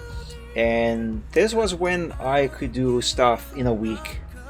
This was so much work, but I love working on this particular one here. This one here, and this one here, even though these are simple. But anyway, if I can sell at least 3 of these for, let's say, exactly $80, okay? $80 is not, I don't think $80 is that much money for something like this, especially consider how much work I have to put into making these. But let's see how much money that is in my currency. Dollar to real. So currently $1 is worth 539 Brazilian reais. Okay, that dragon looks cool. Thank you. So $80 is gonna be 431 reais and 32 cents. That is some pretty good money. For you to have an idea how much money that is in Brazil, just imagine that instead of 431 reais, it is actually $431. That's about how much money this is like for us here.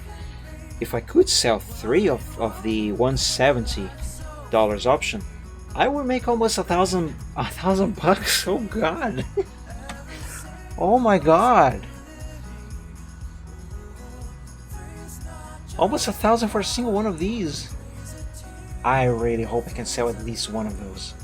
I really need money to finish restoring my car. I really do. And helping paying the bills. But anyway, now that I have finished this, I hope you sell them, mate. Thank you so much, Doxy. I hope to. I hope to. Because I have been inactive for so long, almost 4 years, mostly inactive anyway. The public I used to have, they pretty much disappeared. So I have no idea if I will even be able to sell one of the cheaper options. Why do you even use the cheaper option I sell? I will be selling $45 for a full body flat colored and just a single character. Still good money, but not that much. But yeah, I really need. So yeah, as I was saying, now that I have finally finished the last commission that I had from 2016, I will now review this sheet once more, make any changes that need to be done, and hopefully by next week I will open 3 commission slots, and hopefully they sell. I hope they sell. I hope that they sell, and I hope that I can actually make them. I can draw those commissions. Anyway, I believe this is about the end of this stream. Just do this thing here.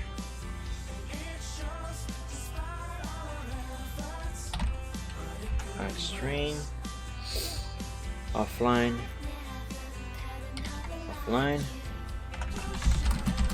Thank you so much for all who came to join me on this last stream.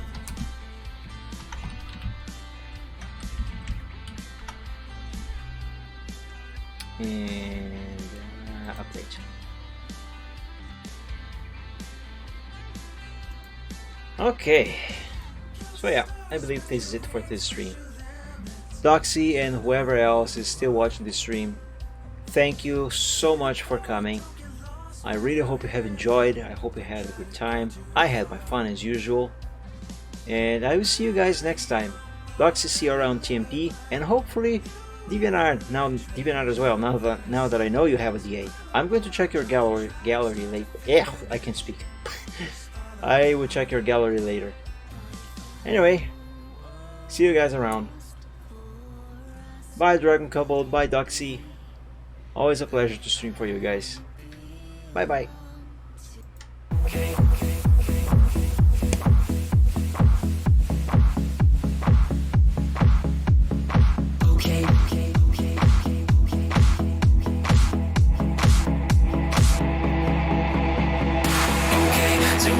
and some problems and we don't know what to do.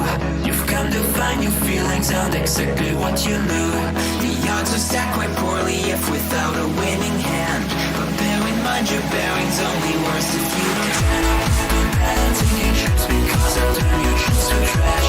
You've got to set your sights and hopes on setting not to crash.